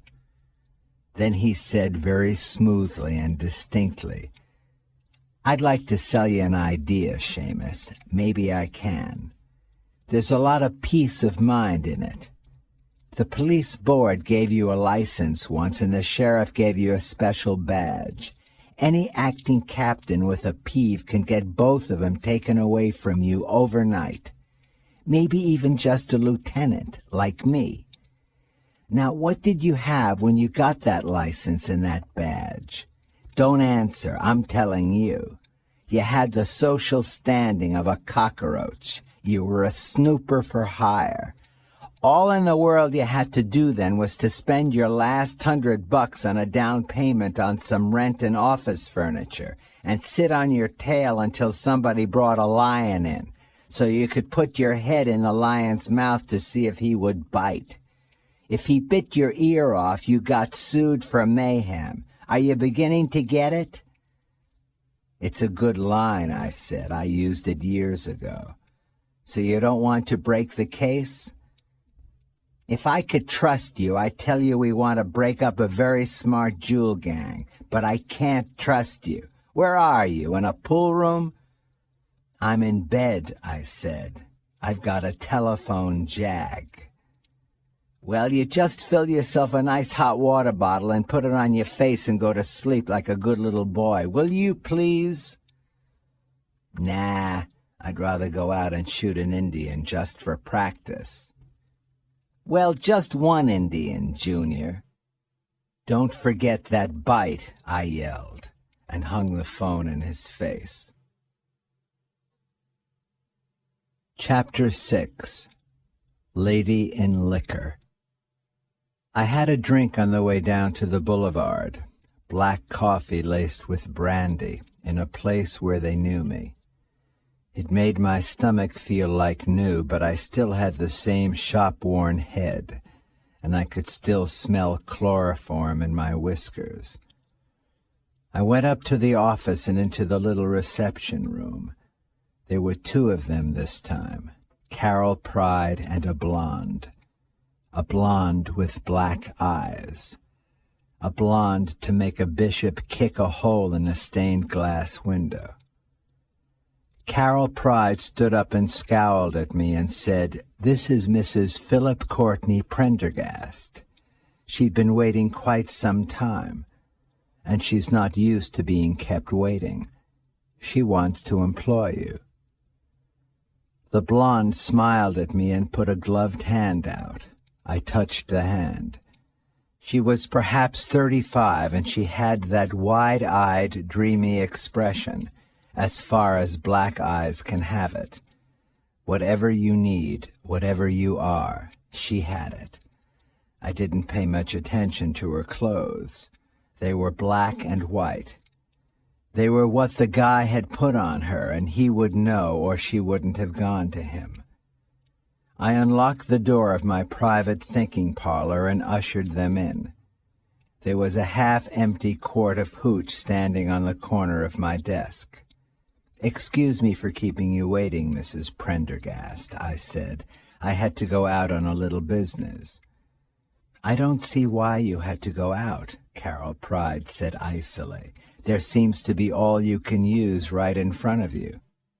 I placed chairs for them and sat down and reached for the bottle, and the phone rang at my left elbow. A strange voice took its time, saying, "Dalmas? Okay. We have the gat. I guess you'll want it back, won't you?" "Both of them. I'm a poor man." "We only got one," the voice said smoothly. "The one the Johns would like to have. I'll be calling you later. Think things over." "Thanks." I hung up and put the bottle down on the floor and smiled at Mrs. Prendergast. "I'll do the talking," Carol Pride said.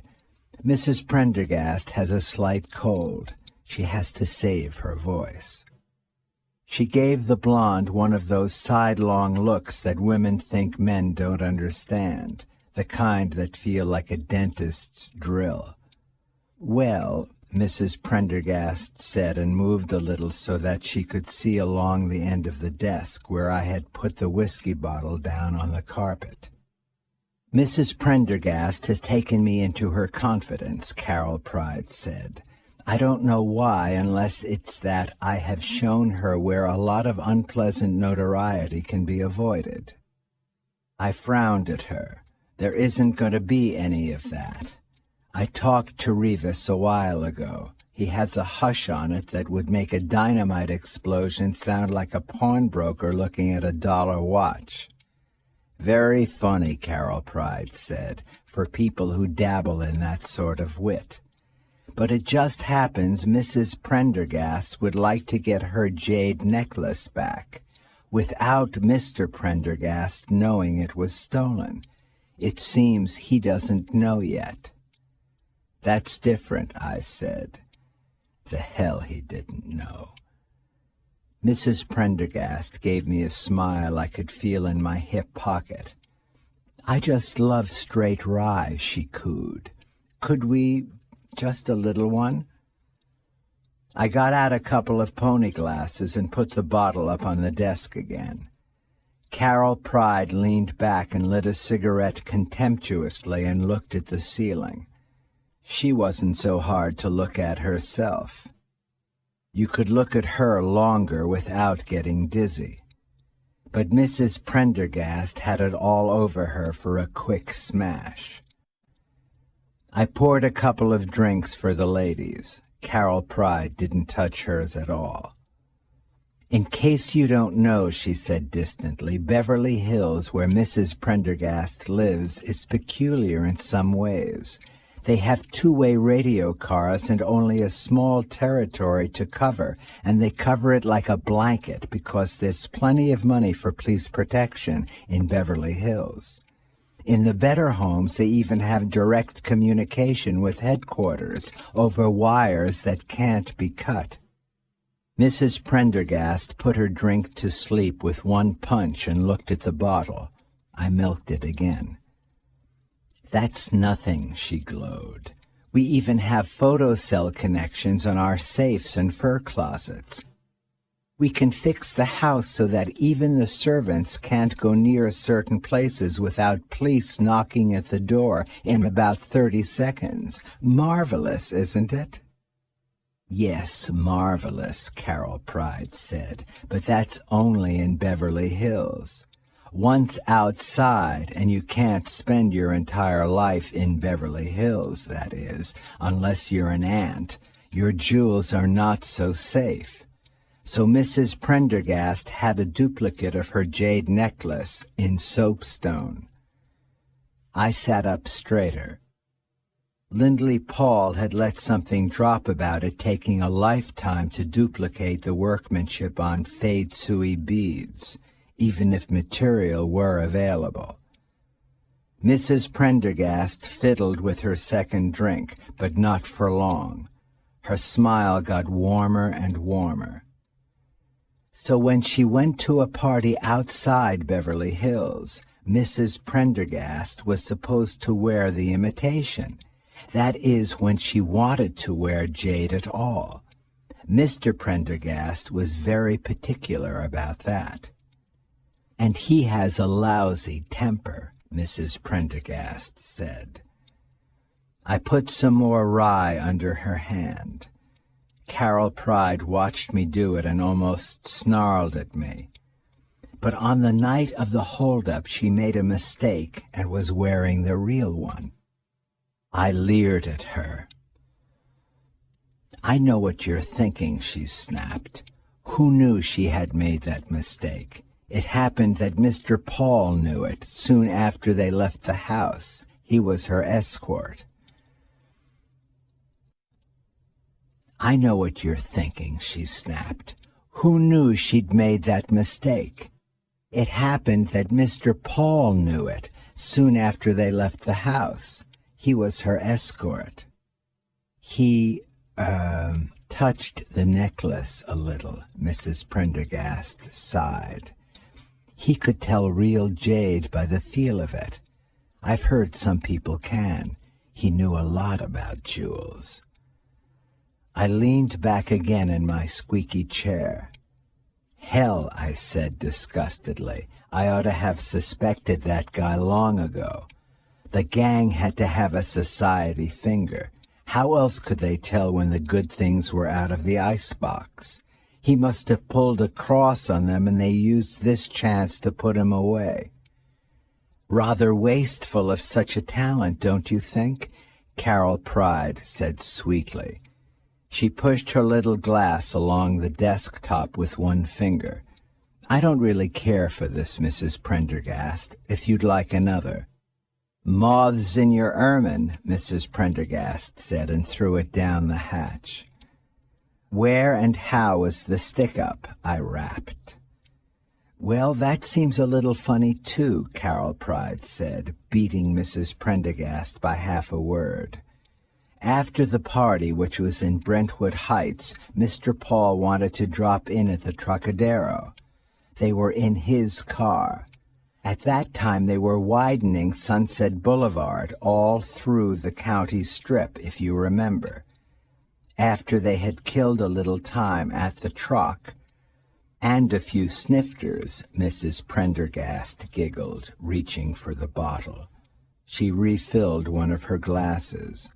That is, some of the whiskey went into the glass. Mr. Paul drove her home by way of Santa Monica Boulevard.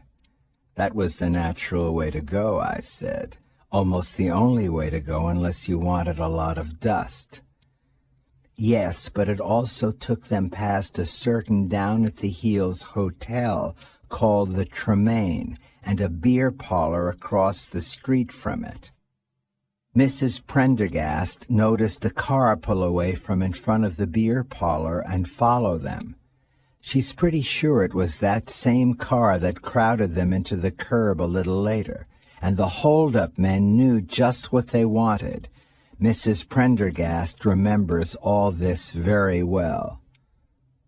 Well, naturally, Mrs. Prendergast said. You don't mean I was drunk, I hope. This baby carries her hooch. You don't lose a string of beads like that every night. She put her fifth drink down her throat. I wouldn't know a darn thing about what those men looked like, she told me a little thickly. Lynn, that's Mr. Paul, I called him Lynn, you know, felt kind of bad about it. That's why he stuck his neck out. It was your money. The $10,000 for the payoff? I asked her. It wasn't the butler's, honey, and I want those beads back before court gets wise. How about looking over that beer parlor? She grabbled around in her black and white bag and pushed some bills across the desk in a lump. I straightened them out and counted them. They added to $467. Nice money. I let them lie. Mr. Prendergast, Carol Pride plowed on sweetly, whom Mrs. Prendergast calls Court, thinks the imitation necklace was taken. He can't tell one from the other, it seems. He doesn't know anything about last night except that Lindley Paul was killed by some bandits. The hell he doesn't. I said it out loud this time, and sourly. I pushed the money back across the desk. I believe you think you're being blackmailed, Mrs. Prendergast. You're wrong. I think the reason this story hasn't broken in the press the way it happened is because pressure has been brought on the police. They'd be willing anyhow because what they want is the Jewel Gang. The punks that killed Paul are dead already. Mrs. Prendergast stared at me with a hard, bright, alcoholic stare. I hadn't the slightest idea of being blackmailed, she said. She was having trouble with her S's now. I want my beads, and I want them quick. It's not a question of money, not tall. Give me a drink. It's in front of you, I said. She could drink herself under the desk for all I cared. Carol Pride said, "Don't you think you ought to go out to that beer parlor and see what you can pick up?" "A piece of chewed pretzel," I said, nuts to that idea. The blonde was waving the bottle over her 2 glasses. She got herself a drink poured finally, drank it, and pushed the handful of currency around on the desk with a free and easy gesture, like a kid playing with sand. I took it away from her, put it together again, and went around the desk to put it back into her bag. "If I do anything, I'll let you know," I told her. "I don't need a retainer from you, Mrs. Prendergast." She liked that. She almost took another drink, thought better of it with what she still had to think with, got to her feet and started for the door. I got to her in time to keep her from opening it with her nose.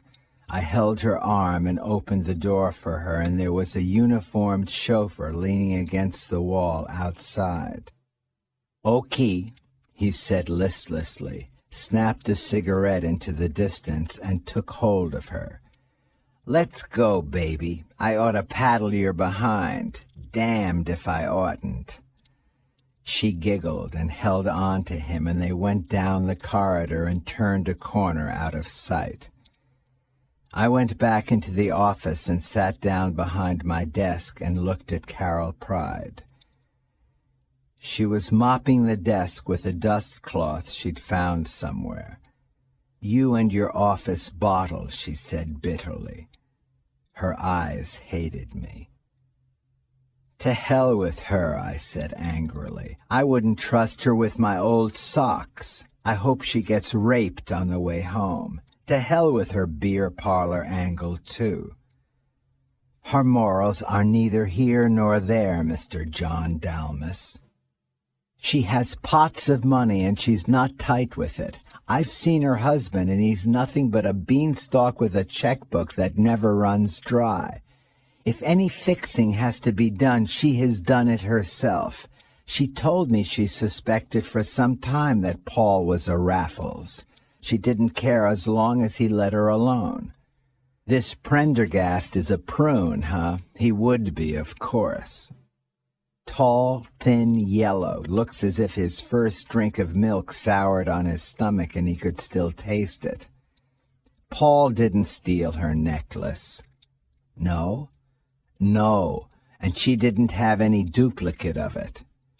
Her eyes got narrower and darker. I suppose Sukessian the psychic told you all this. Who's he?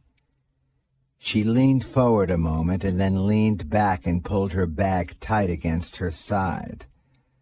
"I see," she said slowly. "You don't like my work. Excuse me for butting in. I thought I was helping you a little." "I told you it was none of my business. Go on home and write yourself a feature article. I don't need any help." "I thought we were friends," she said. "I thought you liked me." She stared at me for a minute with bleak, tired eyes. "I've got a living to make. I don't make it bucking the police department." She stood up and looked at me a moment longer without speaking. Then she went to the door and went out. I heard her steps die along the mosaic floor of the corridor. I sat there for 10 or 15 minutes almost without moving. I tried to guess why Sukessian hadn't killed me. None of it made any sense. I went down to the parking lot and got into my car. Chapter 7. I Cross the Bar. The Hotel Tremaine was far out of Santa Monica near the junkyards. An interurban right-of-way split the street in half, and just as I got to the block that would have the number I had looked up, a 2-car train came racketing by at 45 miles an hour, making almost as much noise as a transport plane taking off. I speeded up beside it and passed the block, pulled into the cement space in front of a market that had gone out of business. I got out and looked back from the corner of the wall. I could see the Hotel Tremaine sign over a narrow door between 2 storefronts, both empty, an old 2-story walk-up. Its woodwork would smell of kerosene. Its shades would be cracked, its curtains would be a sleazy cotton lace, and its bed springs would stick into your back. I knew all about places like the Hotel Tremaine. I'd slept in them, staked out in them, fought with bitter, scrawny landladies in them, got shot at in them, and might yet get carried out of one of them to the morgue wagon. They're flops where you find the cheap ones, the sniffers and pin-jabbers, the gouged-up runts who shoot you before you can say hello. The beer parlor was on my side of the street. I went back to the Chrysler and got inside it while I moved my gun to my waistband. Then I went along the sidewalk. There was a red neon sign, beer, over it. A wide pull-down shade masked the front window, contrary to the law. The place was just a made-over store, half-frontage. I opened the door and went in. The barman was playing the pin game on the house's money, and a man sat on a stool with a brown hat on the back of his head reading a letter. Prices were scrawled in white on the mirror back of the bar. The bar was just a plain, heavy wooden counter, and at each end of it hung an old Frontier .44 in a flimsy, cheap holster no gunfighter would ever have worn. There were printed cards on the walls about not asking for credit and what to take for a hangover and a liquor breath, and there were some nice legs in photographs. The place didn't look as if it even paid expenses. The barkeep left the pin game and went behind the bar. He was 50-ish, sour. The bottoms of his trousers were frayed, and he moved as if he had corns. The man on the stool kept right on chuckling over his letter, which was written in green ink on pink paper. The barkeep put both his blotched hands on the bar and looked at me with the expression of a deadpan comedian, and I said, "Beer." He drew it slowly, raking the glass with an old dinner knife. I sipped my beer and held my glass with my left hand. After a while, I said, "Seen Lou Lid lately?" This seemed to be in order. There had been nothing in any paper I'd seen about Lou Lid and Fuente the Mex. The barkeep looked at me blankly. The skin over his eyes was grained like lizard skin. Finally, he spoke in a husky whisper. "Don't know him." There was a thick white scar on his throat. A knife had gone in there once, which accounted for the husky whisper. The man who was reading the letter guffawed suddenly and slapped his thigh. "I gotta tell this to Moose," he roared. "This is right from the bottom of the bucket." He got down off his stool and ambled over to a door in the rear wall and went through it. He was a husky, dark man who looked like anybody. The door shut behind him. The barkeep said in his husky whisper, "Lou Lid, huh? Funny moniker. Lots of guys come in here. I don't know their names. Copper?" "Private," I said. "Don't let it bother you. I'm just drinking beer." This Lou Lid was a shine, light brown, young. "Well, maybe I seen him sometime. I don't recall." "Who's Moose?" "Him. That's the boss. Moose Magoon." He dipped a thick towel down in a bucket and folded it and wrung it out and pushed it along the bar, holding it by the ends. That made a club about 2 inches thick and 18 inches long. You can knock a man into the next county with a club like that if you know how. The man with the pink letter came back through the rear door, still chuckling, shoved the letter into his side pocket and strolled to the pin game. That put him behind me. I began to get a little worried. I finished my beer quickly and stood down off the stool. The barkeep hadn't rung up my dime yet. He held his twisted towel and moved it back and forth slowly. "Nice beer," I said. "Thanks all the same." "Come again," he whispered and knocked my glass over. That took my eyes for a second. When I looked up again, the door at the back was open, and a big man stood in it with a big gun in his hand. He didn't say anything. He just stood there. The gun looked at me. It looked like a tunnel. The man was very broad, very swarthy. He had a build like a wrestler. He looked plenty tough. He didn't look as if his real name was Magoon. Nobody said anything. The barkeep and the man with the big gun just stared at me fixedly. Then I heard a train coming on the interurban tracks, coming fast and coming noisy. That would be the time. The shade was down all across the front window, and nobody could see into the place. The train would make a lot of noise as it went by. A couple of shots would be lost in it. The noise of the approaching train got louder. I had to move before it got quite loud enough. I went head first over the bar in a rolling dive. Something banged faintly against the roar of the train, and something rattled overhead, seemingly on the wall. I never knew what it was. The train went on by in a booming crescendo. I hit the barkeep's legs in the dirty floor about the same moment. He sat down on my neck. That put my nose in a puddle of stale beer and one of my ears into some very hard concrete floor. My head began to howl with pain. I was low down along a sort of duckboard behind the bar and half turned on my left side. I jerked the gun loose from my waistband. For a wonder, it hadn't slipped and jammed itself down my trouser leg. The barkeep made a kind of annoyed sound, and something hot stung me, and I didn't hear any more shots just at the moment. I didn't shoot the barkeep.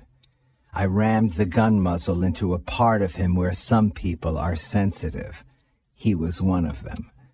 He went up off me like a foul fly. If he didn't yell, it was not for want of trying. I rolled a little more and put the gun in the seat of his pants. "Hold it," I snarled at him. "I don't want to get vulgar with you." 2 more shots roared. The train was off in the distance, but somebody didn't care. These cut through the wood. The bar was old and solid, but not solid enough to stop 45 slugs. The barkeep sighed above me. Something hot and wet fell on my face. "You've shot me, boys," he whispered and started to fall down on top of me. I wriggled away just in time, got to the end of the bar nearest the front of the beer parlor, and looked around it. A face with a brown hat over it was about 9 inches from my own face, on the same level. We looked at each other for a fraction of a second that seemed long enough for a tree to grow to maturity in, but was actually so short a time that the barkeep was still foundering in the air behind me. This was my last gun. Nobody was going to get it. I got it up before the man I was facing had even reacted to the situation. He didn't do anything. He just slid off to one side, and as he slid, a thick gulp of red came out of his mouth. I heard this shot. It was so loud it was like the end of the world, so loud that I almost didn't hear the door slam towards the back. I crawled farther around the end of the bar, knocked somebody's gun along the floor peevishly, stuck my hat around the corner of the wood. Nobody shot at it. I stuck one eye and part of my face out. The door at the back was shut and the space in front of it was empty. I got up on my knees and listened. Another door slammed and a car motor roared. I went crazy. I tore across the room, threw the door open, and plunged through it. It was a phony. They had slammed the door and started the car just for a come-on. I saw that the flailing arm held a bottle. For the 3rd time in 24 hours, I took the count. I came out of this one yelling with the harsh bite of ammonia in my nose. I swung at a face, but I didn't have anything to swing with. My arms were a couple of 4-ton anchors. I threshed around and groaned. The face in front of me materialized into the bored yet attentive pan of a man with a white coat, a fast wagon medico. "Like it?" he grinned. "Some people used to drink it with a wine tonic chaser." He pulled at me and something nipped at my shoulder and a needle stung me. "Light shot," he said. "That head of yours is pretty bad. You won't go out." His face went away. I prowled my eyes. Beyond there was a vagueness. Then I saw a girl's face, hushed, sharp, attentive. Carol Pride. "Yeah," I said. "You followed me. You would." She smiled and moved. Then her fingers were stroking my cheek and I couldn't see her. "The prowl car boys just made it," she said. "The crooks had you all wrapped up in a carpet for shipment in a truck out back." I couldn't see very well.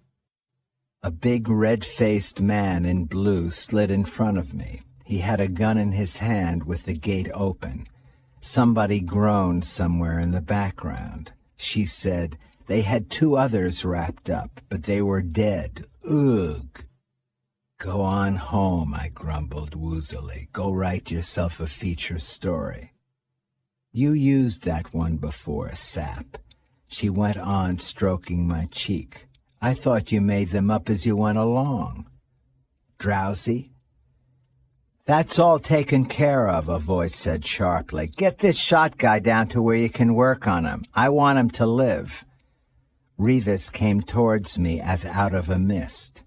His face formed itself slowly, gray, attentive, rather stern. It lowered as if he sat down in front of me, close to me. "So you had to play it smart," he said in a sharp, edgy voice. "All right, talk. The hell with how your head feels. You asked for it and you got it." "Give me a drink." Vague motion. A flicker of bright light, the lip of a flask, touched my mouth. Hot strength ran down my throat. Some of it ran cold on my chin, and I moved my head away from the flask. Thanks. Get Magoon, the biggest one? He's full of lead, but still turning over, on his way downtown now. Get the Indian? Huh? He gulped. In some bushes under Peace Cross down on the Palisades. I shot him. I didn't mean to. Holy! Revis went away again, and the fingers moved slowly and rhythmically on my cheek. Revis came back and sat down again. Who's the Indian? He snapped. Sukessian strong-arm man. Sukessian, the psychic. We know about him, Revis interrupted bitterly. You've been out a whole hour, Seamus. The lady told us about those cards. She says it's her fault, but I don't believe it. Screwy anyhow. But a couple of the boys have gone out there. I was there, I said, at his house. He knows something. I don't know what.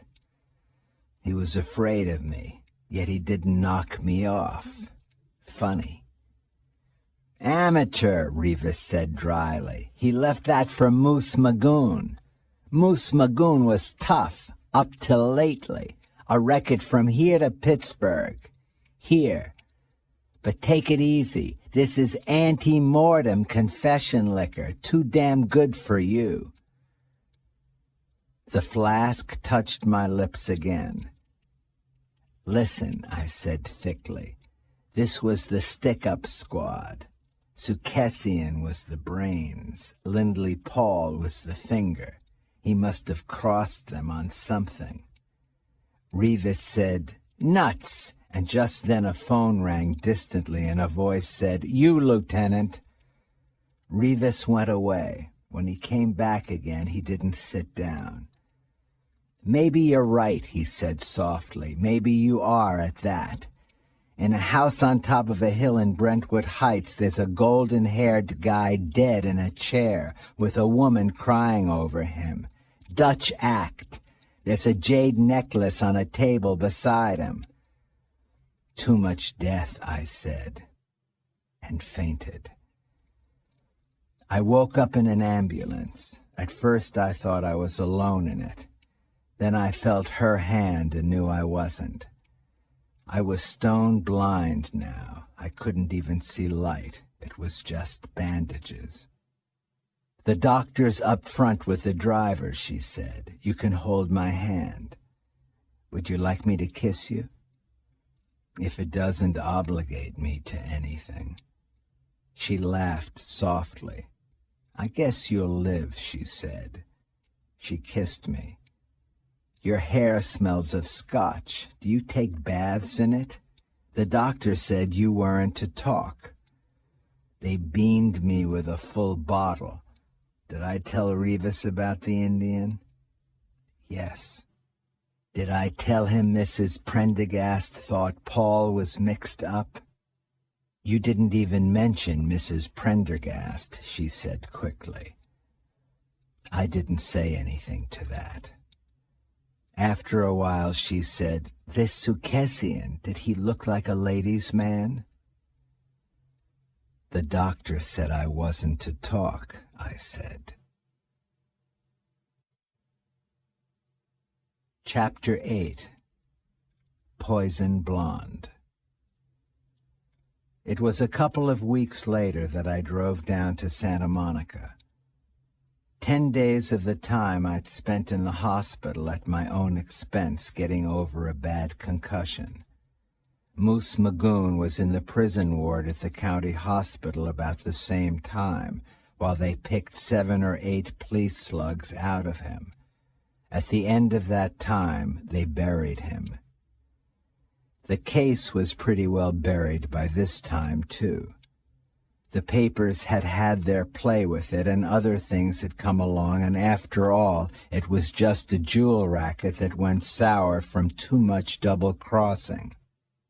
So the police said, and they ought to know. They didn't find any more jewels, but they didn't expect to. They figured the gang pulled just one job at a time with coolie labor mostly, and sent them on their way with their cut. That way only 3 people really knew what it was all about.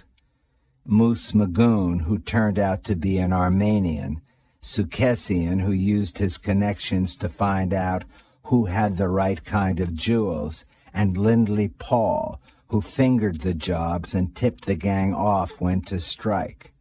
Or so the police said, and they ought to know. It was a nice warm afternoon. Carol Pride lived on 25th Street in a neat little red brick house trimmed with white, with a hedge in front of it. Her living room had a tan-figured rug, white and rose chairs, a black marble fireplace with tall brass andirons, very high bookcases built back into the walls, rough cream-colored drapes against shades of the same color. There was nothing womanish in it except a full-length mirror with a clear sweep of floor in front.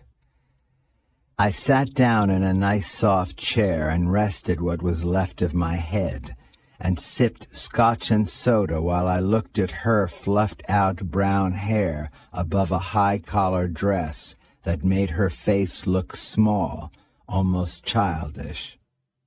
"I bet you didn't get all this writing," I said. "And my dad didn't get it grafting on the cops either," she snapped. "We had a few lots at Playa del Rey, if you have to know." "A little oil," I said. "Nice. I didn't have to know. Don't start snapping at me." "Have you still got your license?" "Oh, yeah," I said. "Well, this is nice scotch. You wouldn't like to go riding in an old car, would you?" "Who am I to sneer at an old car?" she asked. "The laundry must have put too much starch in your neck." I grinned at the thin line between her eyebrows. "I kissed you in that ambulance," she said. "If you remember, don't take it too big.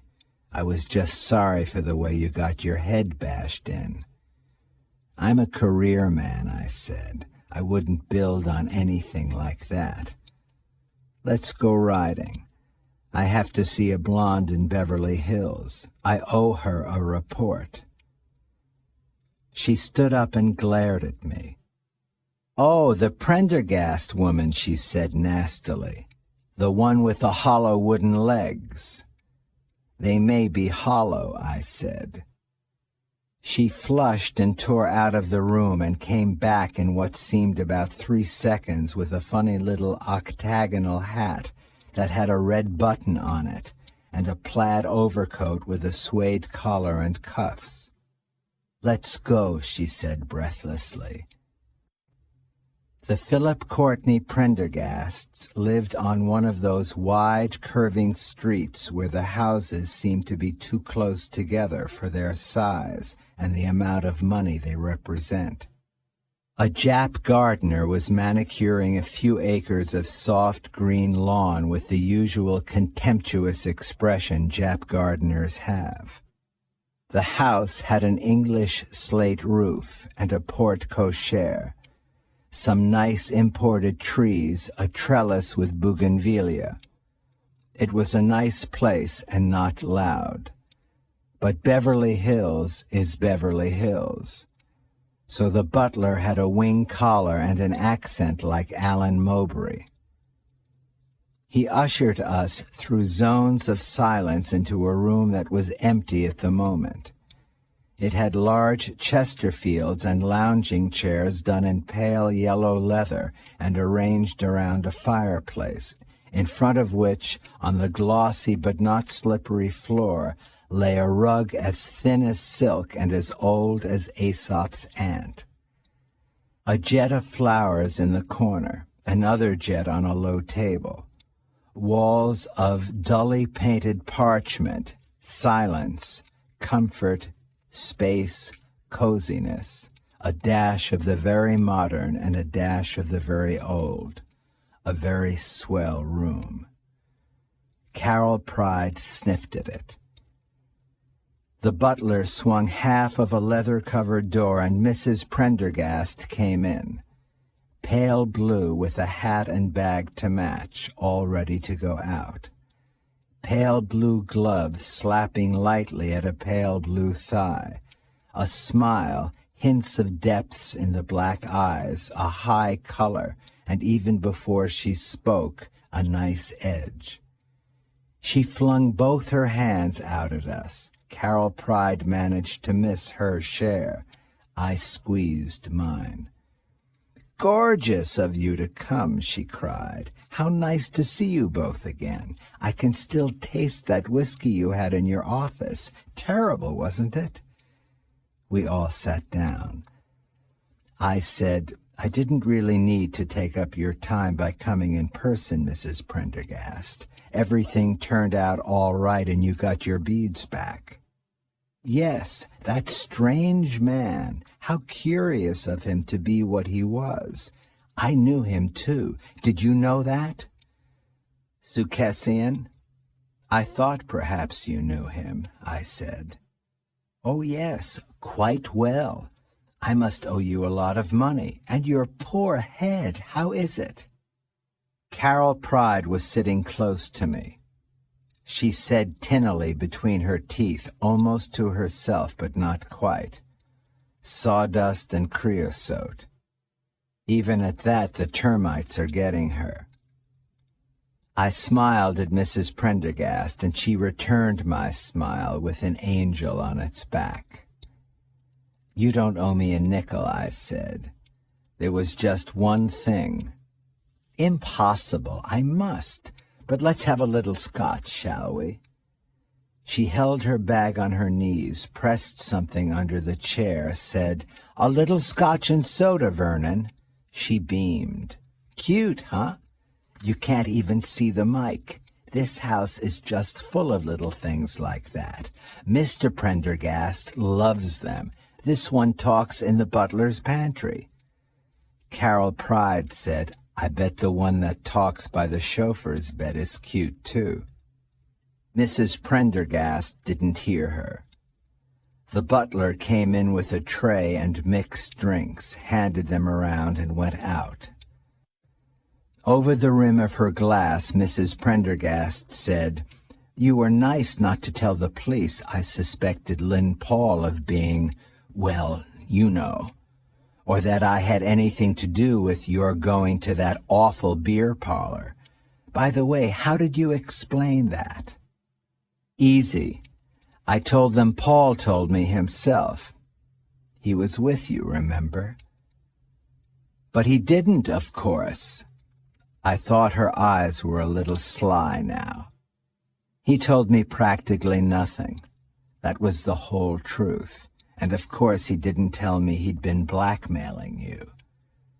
I seemed to be aware that Carol Pride had stopped breathing. Mrs. Prendergast went on looking at me over the rim of her glass. Her face had, for a brief moment, a sort of half-silly, nymph-surprised while bathing expression. Then she put her glass down slowly and opened her bag in her lap and got a handkerchief out and bit it. There was silence.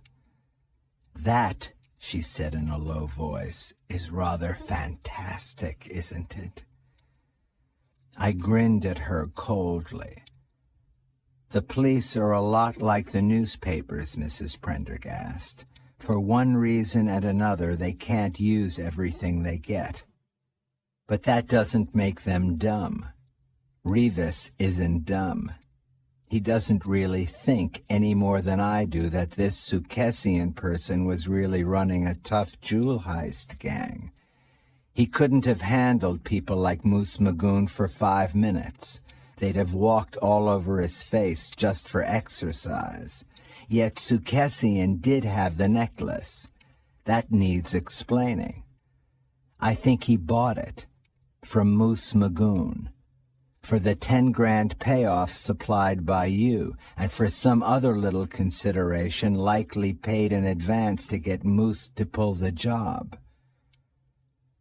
Mrs. Prendergast lowered her lids until her eyes were almost shut. Then she lifted them again and smiled. It was a rather ghastly smile. Carol Pride didn't move beside me. "Somebody wanted Lindley Paul killed," I said. "That's obvious. You might kill a man accidentally with a blackjack by not knowing how hard to hit with it, but you won't put his brains all over his face. And if you beat him up just to teach him to be good, you wouldn't beat him about the head at all, because that way he wouldn't know how badly you were hurting him, and you'd want him to know that, if you were just teaching him a lesson." "What," the blonde woman asked huskily, "has all this to do with me?" Her face was a mask. Her eyes held a warm bitterness like poisoned honey. One of her hands was roving around inside her bag. It became quiet inside the bag. "Moose Magoon would pull a job like that," I bored on, "if he was paid for it. He'd pull any kind of a job, and Moose was an Armenian. So Sukessian might have known how to reach him.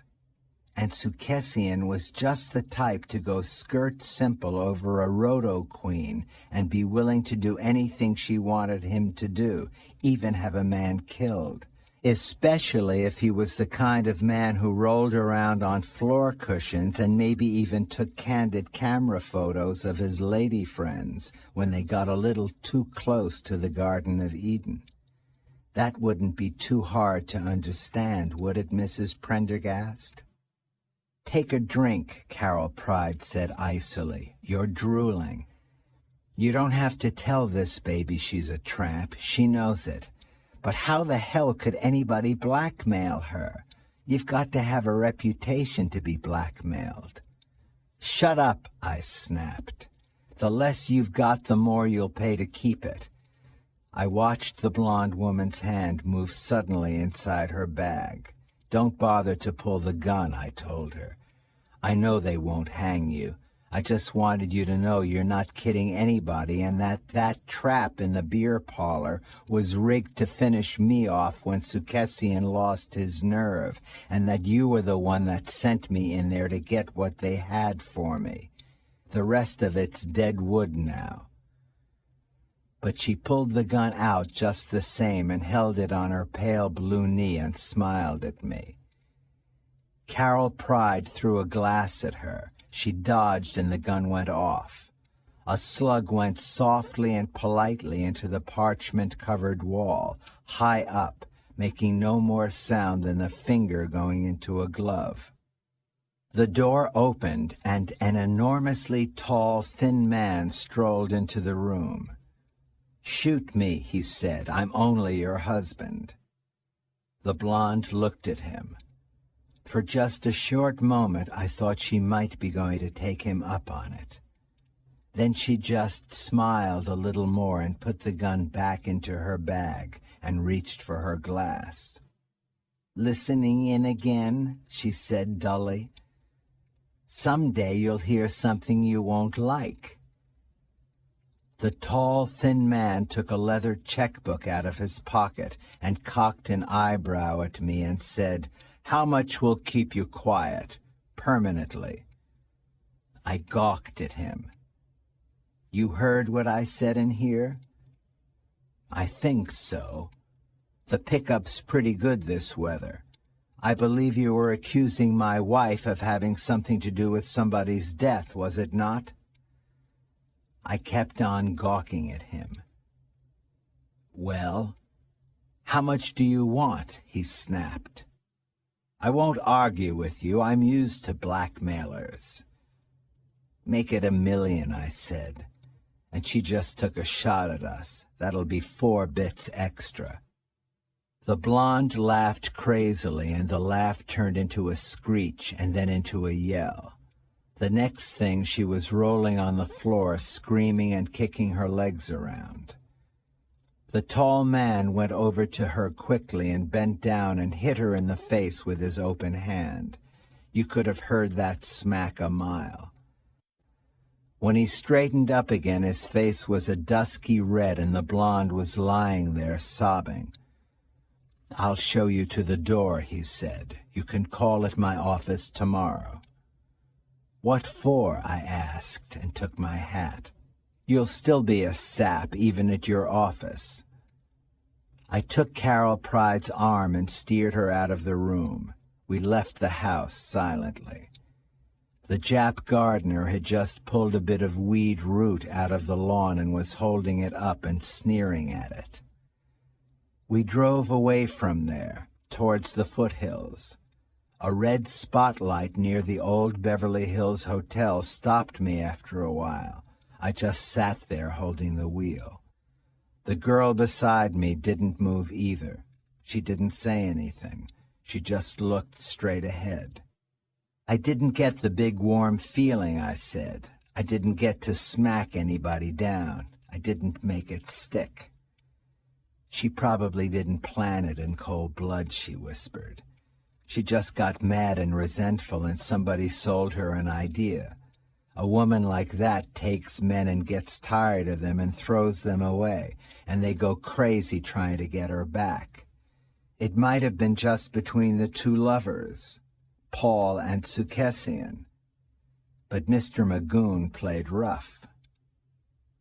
"She sent me to that beer parlor," I said. "That's enough for me. And Paul had ideas about Sukessian. I knew she'd miss. With the gun, I mean." I grabbed her. She was shivering. A car came up behind us, and the driver stood on his horn. I listened to it for a little while, then I let go of Carol Pride and got out of the roadster and walked back. He was a big man behind the wheel of a sedan. "That's a boulevard stop," he said sharply. "Lover's Lane is farther up in the hills. Get out of there before I push you out." "Blow your horn just once more," I begged him, "just once. Then tell me which side you want to shine her on." He took a police captain's badge out of his vest pocket. Then he grinned.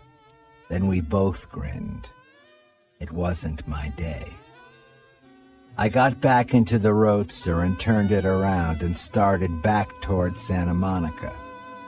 "Let's go home and drink some more scotch," I said. "Your scotch."